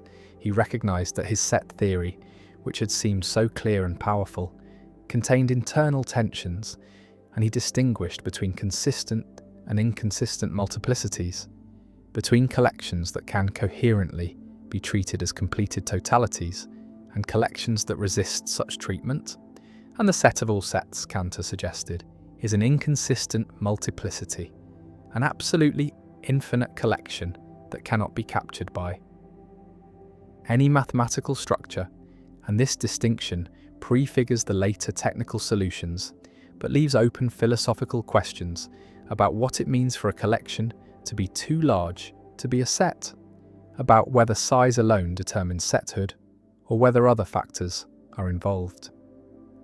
The paradox also connects to issues in the philosophy of mathematics about the existence and reality of mathematical objects. Because if the set of all sets cannot exist, if forming such a collection leads to contradiction, then what does this say about mathematical existence? Is existence in mathematics constrained by consistency, such that only consistent collections exist? Or is there some Platonic realm of mathematical objects that includes inconsistent or impossible collections? And if the former, then mathematics is more restrictive than it might have seemed. Not every describable collection corresponds to a real mathematical object. And if the latter, then mathematics must find ways to avoid reasoning about impossible objects, must develop formal systems that do not permit the formation of contradictory sets, even if such sets in some sense exist beyond the formal systems. Cantor's paradox remains central to the foundations of mathematics. It is one of the key examples that motivated the development of rigorous axiomatic set theory. It illustrates the dangers of unrestricted comprehension, the principle that any property defines a set, and it shows that even the most basic concepts, like the concept of a set or the concept of all, require careful handling to avoid contradiction.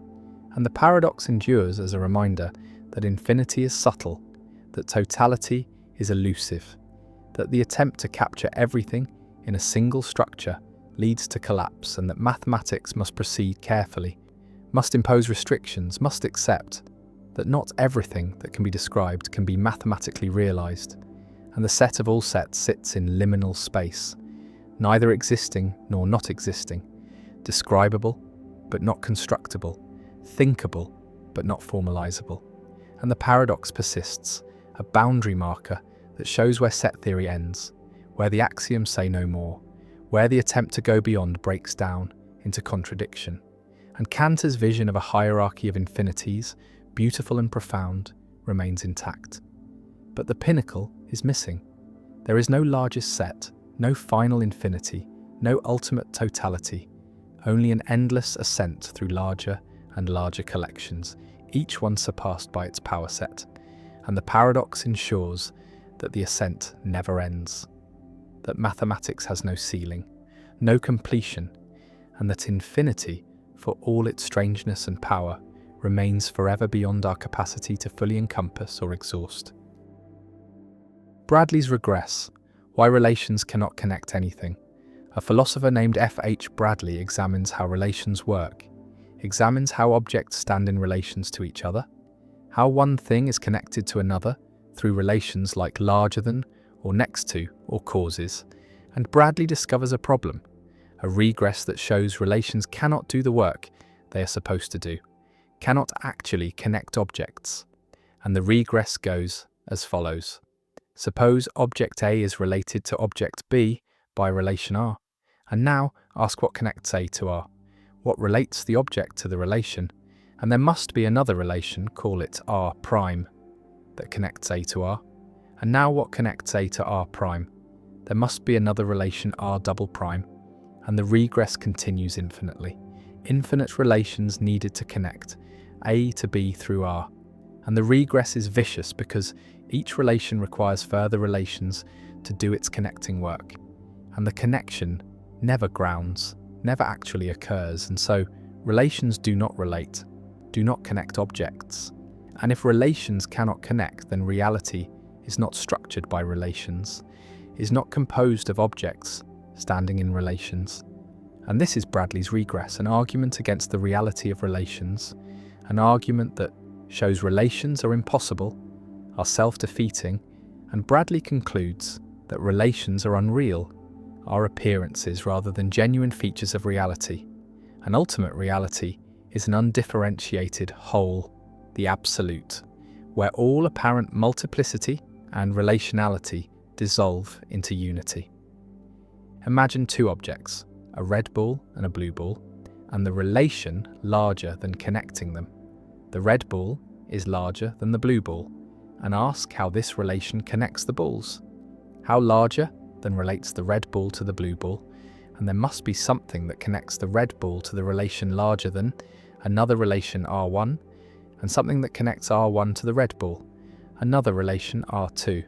And infinite relations are needed, each requiring another relation to connect it, and the larger than relation never actually connects the balls, because the connection requires infinite intermediaries, infinite relations, and the regress shows that positing relations does not explain connection, does not explain how objects stand in relations, only pushes the question back infinitely. Bradley's regress challenges the common sense view that reality consists of objects and relations, challenges the idea that the world has relational structure, that things stand in relations to each other, and if Bradley is right, then relations are impossible, are not genuine features of reality, and the world does not have the structure we think it has, is not composed of separate objects standing in relations, but is somehow unified, is an undifferentiated whole, where separation and relation are illusions generated by thought. And this radical monism, this view that reality is one, follows from taking the regress seriously, from accepting that relations cannot relate and therefore do not exist.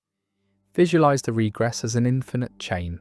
A dash R dash B represents A related to B by R, but this structure is unstable, requires further relations R prime and R double prime to connect A to R and R to B. And these further relations require still more relations, and the chain extends infinitely in both directions. And the regress shows that relational structure is impossible, cannot ground, cannot explain how connection occurs, and Bradley uses this to argue for monism, for the view that reality is not many things related but is one thing appearing as many. One response to Bradley's regress denies that relations need relating, denies that the connection between object and relation requires a further relation, argues that relations just do relate, just do connect objects without needing intermediaries. And the regress assumes that relating requires a relation, but this assumption is false. Relations connect objects directly, intrinsically, by their nature, and no further relations are needed. And the regress does not start because the initial premise is rejected, and this response treats relating as primitive, as something relations do without explanation, without needing further entities to make them do it. Another response distinguishes between external and internal relations, argues that some relations are external, contingent, could be otherwise, and these might generate regress, but other relations are internal, necessary, grounded in the intrinsic properties of related objects, and internal relations do not require further relations to connect them because they are not separate entities but are grounded in the objects themselves. And the regress does not apply to internal relations, and while external relations might be problematic, internal relations are sufficient for much relational structure, are sufficient to ground many important connections.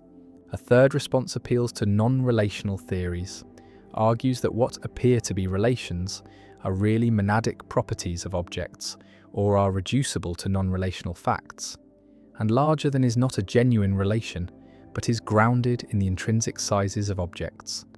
The red ball has size S1, the blue ball has size S2, and S1 exceeds S2, and no relation is needed, no larger than exists independently, and relational facts reduce to non-relational facts about properties, and Bradley's regress is avoided by eliminating relations, replacing them with properties, and this nominalist response preserves structure without positing relations as genuine entities. Bradley's regress also appears in discussions of properties and instantiation, because instantiation is a relation between objects and properties. and the regress applies if object A instantiates property P through instantiation relation I. Then what relates A to I? Another instantiation relation, I prime, and regress ensues, and various solutions have been proposed. Some deny that instantiation is a relation, argue that objects just have properties without needing an instantiation relation to connect them, and others distinguish between types of instantiation, first-order instantiation between objects and properties, and second-order instantiation between instantiation and its relata, and argue that the regress terminates at some level, is not vicious. The regress has influenced debates about the nature of facts and propositions, because facts seem to be structured by relations, seem to involve objects standing in relations, and if relations generate regress, then facts are problematic. And some philosophers have abandoned facts, have argued that reality does not contain structured facts, but only objects and properties, and true propositions do not correspond to facts, but are made true by objects having properties, and Bradley's regress motivates this austere ontology, this rejection of facts, as genuine entities. The red ball sits next to the blue ball, related by spatial proximity, or appearing to be related, and Bradley's regress asks how this relation connects them. How next to does its connecting work? And the answer involves infinite regress, infinite relations, or involves denying that relations are real. And Bradley embraces the denial, accepts monism, accepts that reality is one undifferentiated whole. And modern philosophers mostly reject Bradley's conclusion, reject monism, but the regress remains a challenge, remains a puzzle about how relations work, how connection occurs, and various solutions exist, various ways of blocking the regress, but no consensus emerges, and Bradley's regress endures as a permanent challenge to relational metaphysics, a puzzle showing that the structure of reality, the way objects stand in relations, is more problematic than common sense suggests, and the regress continues, infinite relations chaining backward, and connection remains elusive. Why is there something rather than nothing? The question that breaks philosophy. A child asks the simplest and most profound question, looks at the world and wonders why it exists, why there is anything at all rather than empty void, blank nothingness, total absence of being. And this question has been called the fundamental question of metaphysics, has been asked by philosophers across centuries, has been approached from countless angles, and yet no satisfactory answer has emerged. No explanation that resolves the mystery, and the question persists, stubborn and unanswerable. And this very persistence suggests something deep, suggests that the question may be unanswerable. Not because we lack knowledge, but because answers are impossible, because the structure of explanation breaks down when applied to existence itself, because the question demands something that cannot be given. And this is why the question, why is there something rather than nothing, breaks philosophy, reveals limits of rational inquiry, shows that not all questions have answers, that mystery is ineliminable, and that existence is the ultimate brute fact, the foundation that supports all explanations but cannot itself be explained without circularity or infinite regress. Imagine absolute nothingness more carefully, not empty space which is still something, not darkness which requires time and the absence of light, not even the potential for something, but pure nothing. No properties, no possibilities, no structure, no existence whatsoever. And from this pure nothing, ask how something could arise, what could cause the first thing to exist. And the problem is that causation requires existence, requires that there be things to cause effects, and pure nothing contains no causes, no mechanisms, no laws, nothing that could produce anything. And so the transition from nothing to something seems impossible, seems to violate every principle of explanation we have, and yet something exists, we exist, the universe exists, and so either something has always existed, no pure nothing ever obtained, or something arose from nothing, violated the principles, performed the impossible, and either option is difficult to accept. Either challenges fundamental assumptions about explanation and causation. The question, why is there something rather than nothing, presupposes that nothing is the default state, the natural condition, and something requires explanation, requires justification, requires accounting for why the default was departed from. But this presupposition is questionable. Why should nothing be privileged over something? Why should absence be more natural than presence? And perhaps something is just as natural as nothing, just as much the default. And the question dissolves, becomes a pseudo-question based on unjustified privileging of one state over another. And asking why something rather than nothing is like asking why up rather than down when there is no absolute reference frame, when up and down are arbitrary. And the question assumes something that should not be assumed. Visualize the logical space of possibilities. One possibility is that nothing exists. Another is that something exists. And the question asks why actuality corresponds to the something possibility rather than the nothing possibility. But this assumes that actuality could have corresponded to either, that both are genuine possibilities and perhaps nothing is not a genuine possibility. Perhaps nothingness is unstable, self-contradictory, cannot obtain, and something must exist. Existence is necessary. And the question is based on false assumption that nothing was ever a real alternative. And if nothing is impossible, then existence requires no explanation beyond its necessity, and the question collapses. One approach to the question appeals to the principle of sufficient reason, the principle that everything has an explanation, that for every fact there is a reason why it is so rather than otherwise. And this principle seems to demand an answer to why something rather than nothing seems to require that existence have explanation.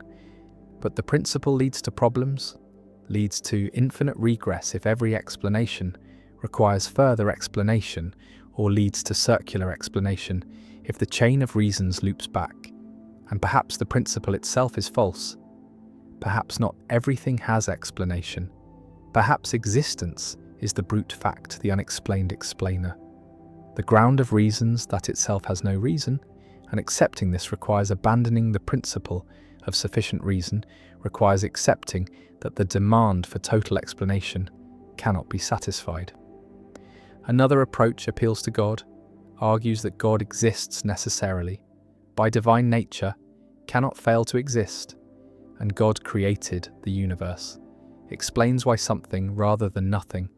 But this pushes the question back, asks why God exists, why there is a necessary being rather than no necessary beings, and if God's existence is brute fact, then why not make the universe's existence brute fact? Why the extra step and theistic answers to the question seem to relocate the mystery rather than resolving it? Replace the mystery of why anything exists with the mystery of why God exists.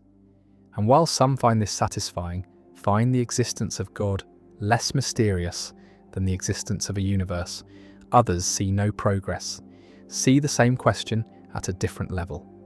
A third approach from quantum cosmology suggests that universes can arise from quantum fluctuations, that the vacuum is unstable, that particles pop into existence from nothing due to quantum indeterminacy, and perhaps the entire universe is a quantum fluctuation, arose from quantum vacuum without cause. And this seems to answer the question, explain something rather than nothing through quantum mechanics. But critics point out that quantum vacuum is not nothing, is a structure governed by laws, has properties and possibilities. And so the question becomes, why is there quantum vacuum rather than nothing?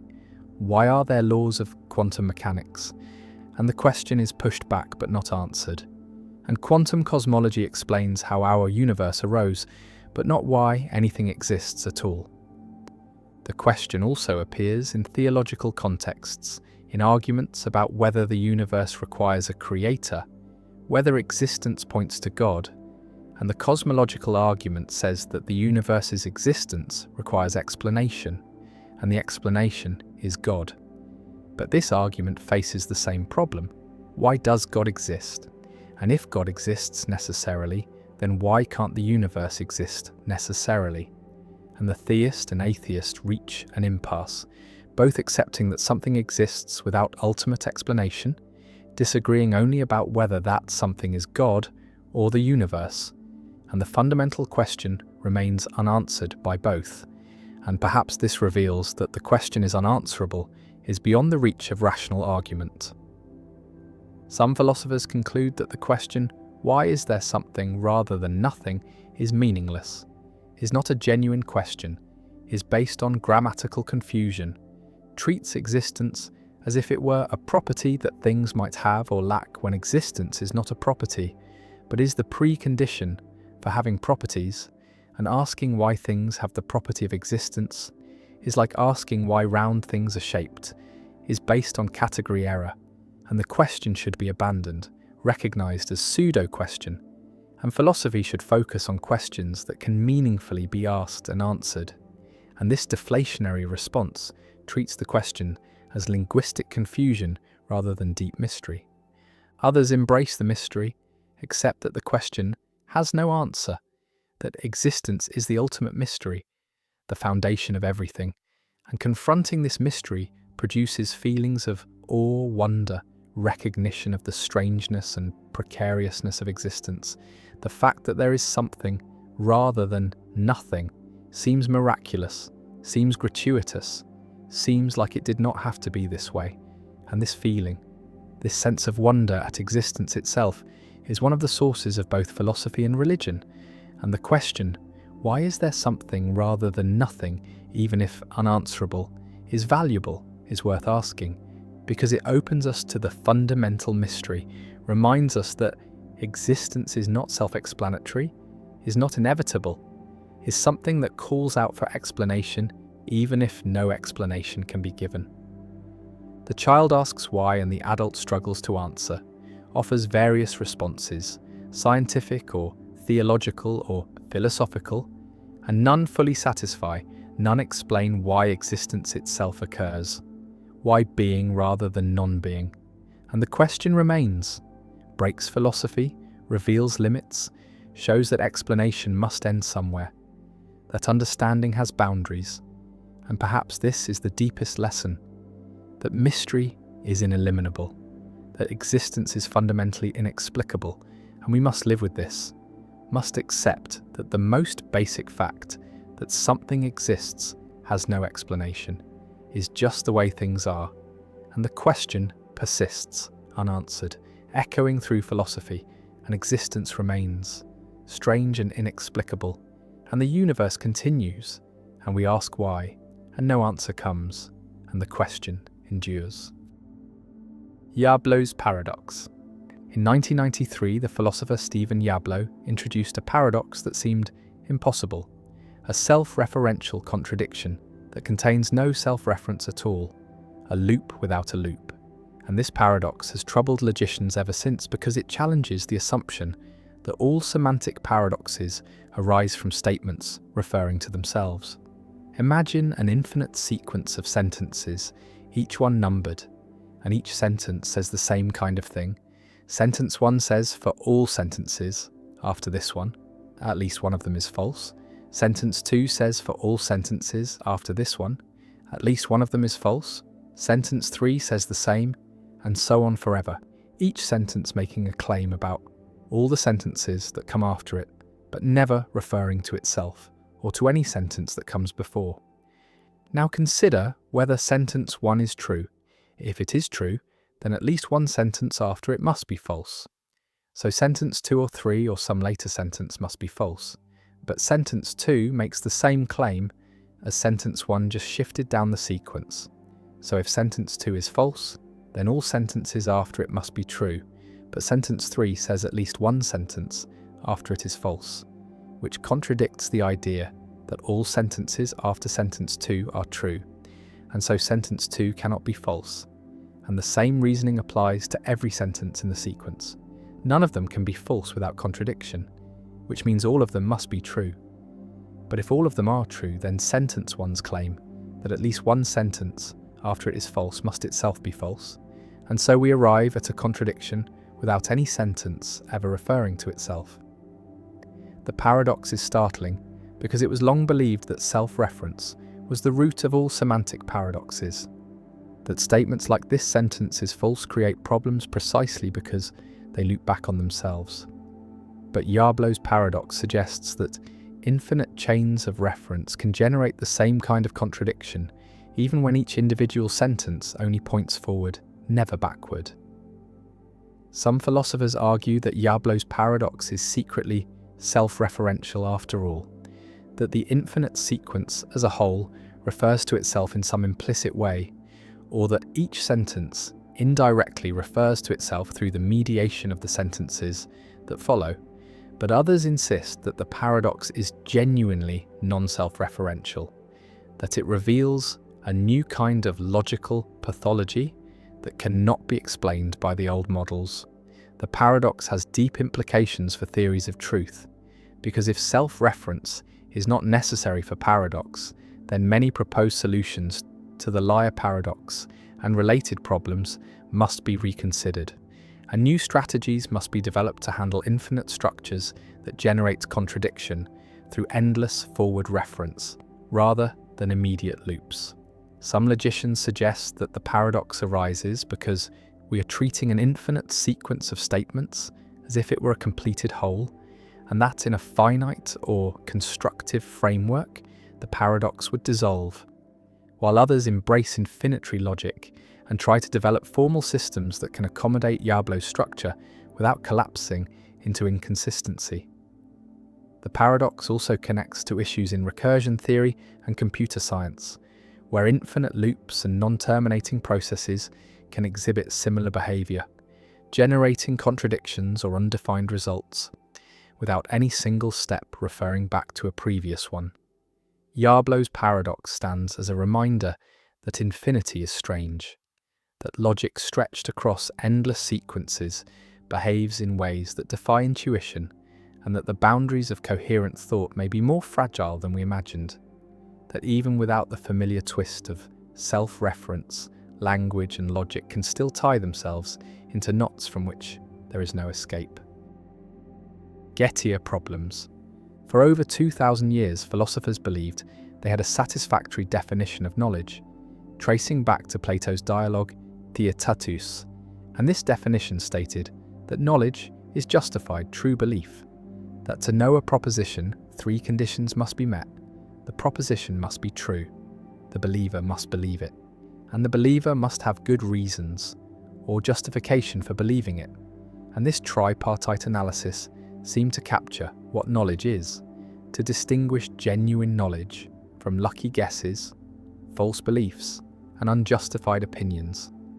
And the definition was widely accepted, taught in textbooks, treated as settled wisdom, until 1963, when a philosopher named Edmund Gettier published a 3-page paper that shattered this consensus and transformed epistemology. Gettier presented cases, now known as Gettier problems or Gettier cases, where all 3 conditions for knowledge are satisfied, and yet intuitively the person does not have knowledge, where justified true belief is present but knowledge is absent. And these cases show that the traditional definition is insufficient, that something more is needed, though what that something is remains a matter of intense debate. The structure of a Gettier case typically involves a person who has a justified belief that happens to be true, but is true for reasons unrelated to the justification, where the justification is somehow defective or based on a falsehood, yet the belief turns out to be true by luck or coincidence. And this combination of justification and truth without the right kind of connection between them produces cases where we hesitate to attribute knowledge. Consider one of Gettier's original examples. Smith and Jones have applied for a job, and Smith has strong evidence that Jones will get the job. The president of the company told him so, and Smith also knows that Jones has 10 coins in his pocket. Smith counted them, and from these 2 pieces of evidence, Smith infers that the person who will get the job has 10 coins in his pocket, and this inference is justified. It follows logically from what Smith believes he knows. But unbeknownst to Smith, It is actually Smith himself who will get the job. The president was mistaken or changed his mind. And by an extraordinary coincidence, Smith also has 10 coins in his pocket. And so Smith's belief that the person who will get the job has 10 coins in his pocket is true. And it is justified based on apparently good evidence. And yet Smith does not know this truth, because his belief is true for the wrong reasons. True because of a coincidence, rather than because of the facts that justified it. Another classic example involves a person looking at a clock. The clock reads 3 o'clock, and the person forms the belief that it is 3 o'clock. And this belief is justified because clocks are generally reliable sources of time information. But unbeknownst to the person, the clock stopped exactly 12 hours ago and just happens to be showing the correct time again. And so the belief is justified and true, but does not constitute knowledge because the truth is accidental, unconnected to the reason for belief. Gettier cases have proliferated. Philosophers have constructed hundreds of variations, each designed to test different theories of knowledge, each revealing new wrinkles in the concept, and the common thread is that the justification and the truth come apart. The belief is true, but not because of the justification, or the justification is based on a falsehood that happens to lead to a true conclusion, or the truth obtains for reasons the believer is unaware of. And in all these cases we feel that something is missing, that the person has justified true belief but lacks knowledge. The philosophical response to Gettier has been to add a fourth condition to the definition of knowledge, to supplement justified true belief with some additional requirement that rules out Gettier cases, and many such conditions have been proposed. Some argue for a no false lemmas condition, requiring that the justification not depend on any false beliefs, so that in the job case Smith's reasoning depended on the false belief that Jones would get the job, and this false lemma disqualifies the belief from being knowledge even though the conclusion is true. But this condition faces problems, because not all Gettier cases involve false lemmas. Some involve true beliefs that are justified by faulty processes, or that happen to be true by luck without depending on any particular false intermediate belief. Others propose causal theories of knowledge, requiring that the belief be caused in the right way by the fact that makes it true, that there be a causal connection between the truth and the belief. And this would rule out the clock case, because the fact that it is 3 o'clock is not causally responsible for the clock showing 3 o'clock. The clock shows that time because it stopped 12 hours ago, not because it is currently 3 o'clock. But causal theories struggle with cases involving abstract objects or mathematical truths, where causal connections seem inappropriate or impossible. Reliabilist theories propose that knowledge requires belief to be produced by a reliable process, a process that generally produces true beliefs. And this seems to handle many Gettier cases, because the processes involved, like inferring from false beliefs or reading stopped clocks, are not reliable even if they happen to produce true beliefs in particular instances. But reliabilism faces the generality problem, the question of how to specify which process is operative in a given case, because any belief is produced by many processes at different levels of generality, and depending on how the process is described, it may be reliable or unreliable. Safety and sensitivity conditions have also been proposed. Safety requires that in nearby possible worlds, where the person still believes the proposition is still true, that the belief could not easily have been false. And sensitivity requires that in nearby worlds, where the proposition is false, the person would not believe it. And these modal conditions attempt to capture the idea that knowledge requires a stable connection between belief and truth, a connection that holds not just in the actual world, but in close counterfactual situations, but both conditions face counterexamples and refinements continue. Virtue epistemology offers another approach, suggesting that knowledge requires belief to be produced by the exercise of intellectual virtues, by cognitive abilities and skills that are credit to the agent. And on this view, Gettier cases fail to be knowledge, because the truth of the belief is not attributable to the cognitive abilities of the believer, but to luck or coincidence. But this raises questions about how to individuate abilities, about what counts as an exercise of skill versus a lucky outcome, and about whether knowledge really requires that the believer deserve credit for getting things right. The debate over Gettier cases has dominated analytic epistemology for over 60 years, generating thousands of papers, dozens of theories, and no clear consensus. And some philosophers have begun to question whether the project of defining knowledge in terms of necessary and sufficient conditions is misguided, whether knowledge is a natural kind with sharp boundaries, or whether it is a cluster concept, a family resemblance term that cannot be captured by a precise definition. And experimental philosophers have tested intuitions about Gettier cases across different cultures and demographics, finding some variation and raising questions about whose intuitions should guide philosophical theorizing. Gettier's legacy is immense. His 3-page paper demolished a definition that stood for millennia and launched an industry of epistemological research. And while the original problem, finding necessary and sufficient conditions for knowledge, remains unsolved, the attempt has deepened our understanding of justification, truth, belief, luck, causation, and the complex relationships between them. And Gettier cases continue to serve as test cases for theories of knowledge, as benchmarks that any adequate theory must handle. And they remind us that even our most basic concepts, even something as central as knowledge itself, are more complex and more elusive than they first appear, that definitions are hard to come by, that counterexamples lurk around every corner, and that the philosophical quest for clarity and precision is never-ending, always encountering new obstacles, new puzzles, new reasons to question what seemed settled. And Smith stands there with his 10 coins, believing truly and with justification that the person who will get the job has 10 coins in his pocket, and yet he does not know. And this simple case, this small story about a job and some coins, contains within it a challenge that philosophy has not yet met, a puzzle that refuses to be solved, a gap between justified true belief and knowledge that no fourth condition has successfully closed, and the search continues. Philosophers proposing new theories, new conditions, new ways of understanding what knowledge is and what distinguishes it from mere lucky true belief.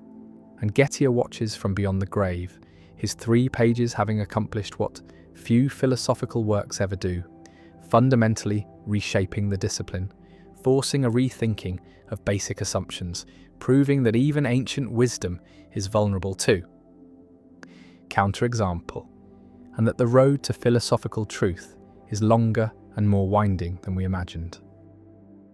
Zeno's dichotomy paradox. To reach a destination, one must first travel half the distance, and before reaching that halfway point, one must first travel half of that. And before reaching that point, one must travel half again.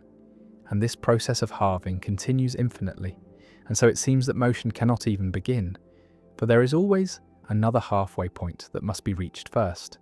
And this is Zeno's dichotomy paradox, one of the earliest and most famous arguments against the possibility of motion and change. Imagine a runner who wishes to cross a stadium. Before reaching the far end, they must reach the midpoint. But before reaching the midpoint, they must reach the quarter point. And before that, the 8th point, and so on, dividing the distance into ever smaller intervals without end. And since there are infinitely many such intervals, the runner would have to complete infinitely many tasks. And how can anyone complete an infinite number of tasks in a finite amount of time? And yet runners do cross stadiums. People do move from place to place. And so something must be wrong with the argument. But what? Zeno devised this paradox in the 5th century BCE to defend the philosophy of his teacher Parmenides, who claimed that reality is a single, unchanging unity, and that plurality and motion are illusions. And the dichotomy paradox was meant to show that the very concept of motion leads to absurdity, that if space and time can be divided infinitely, then movement becomes impossible, and therefore our perception of motion must be mistaken. Aristotle responded by distinguishing between potential and actual infinity, arguing that while the distance can potentially be divided into infinitely many parts, the runner does not actually traverse each part individually. The runner simply crosses the distance as a continuous whole, and the infinite division is something we can imagine, but not something the runner must perform.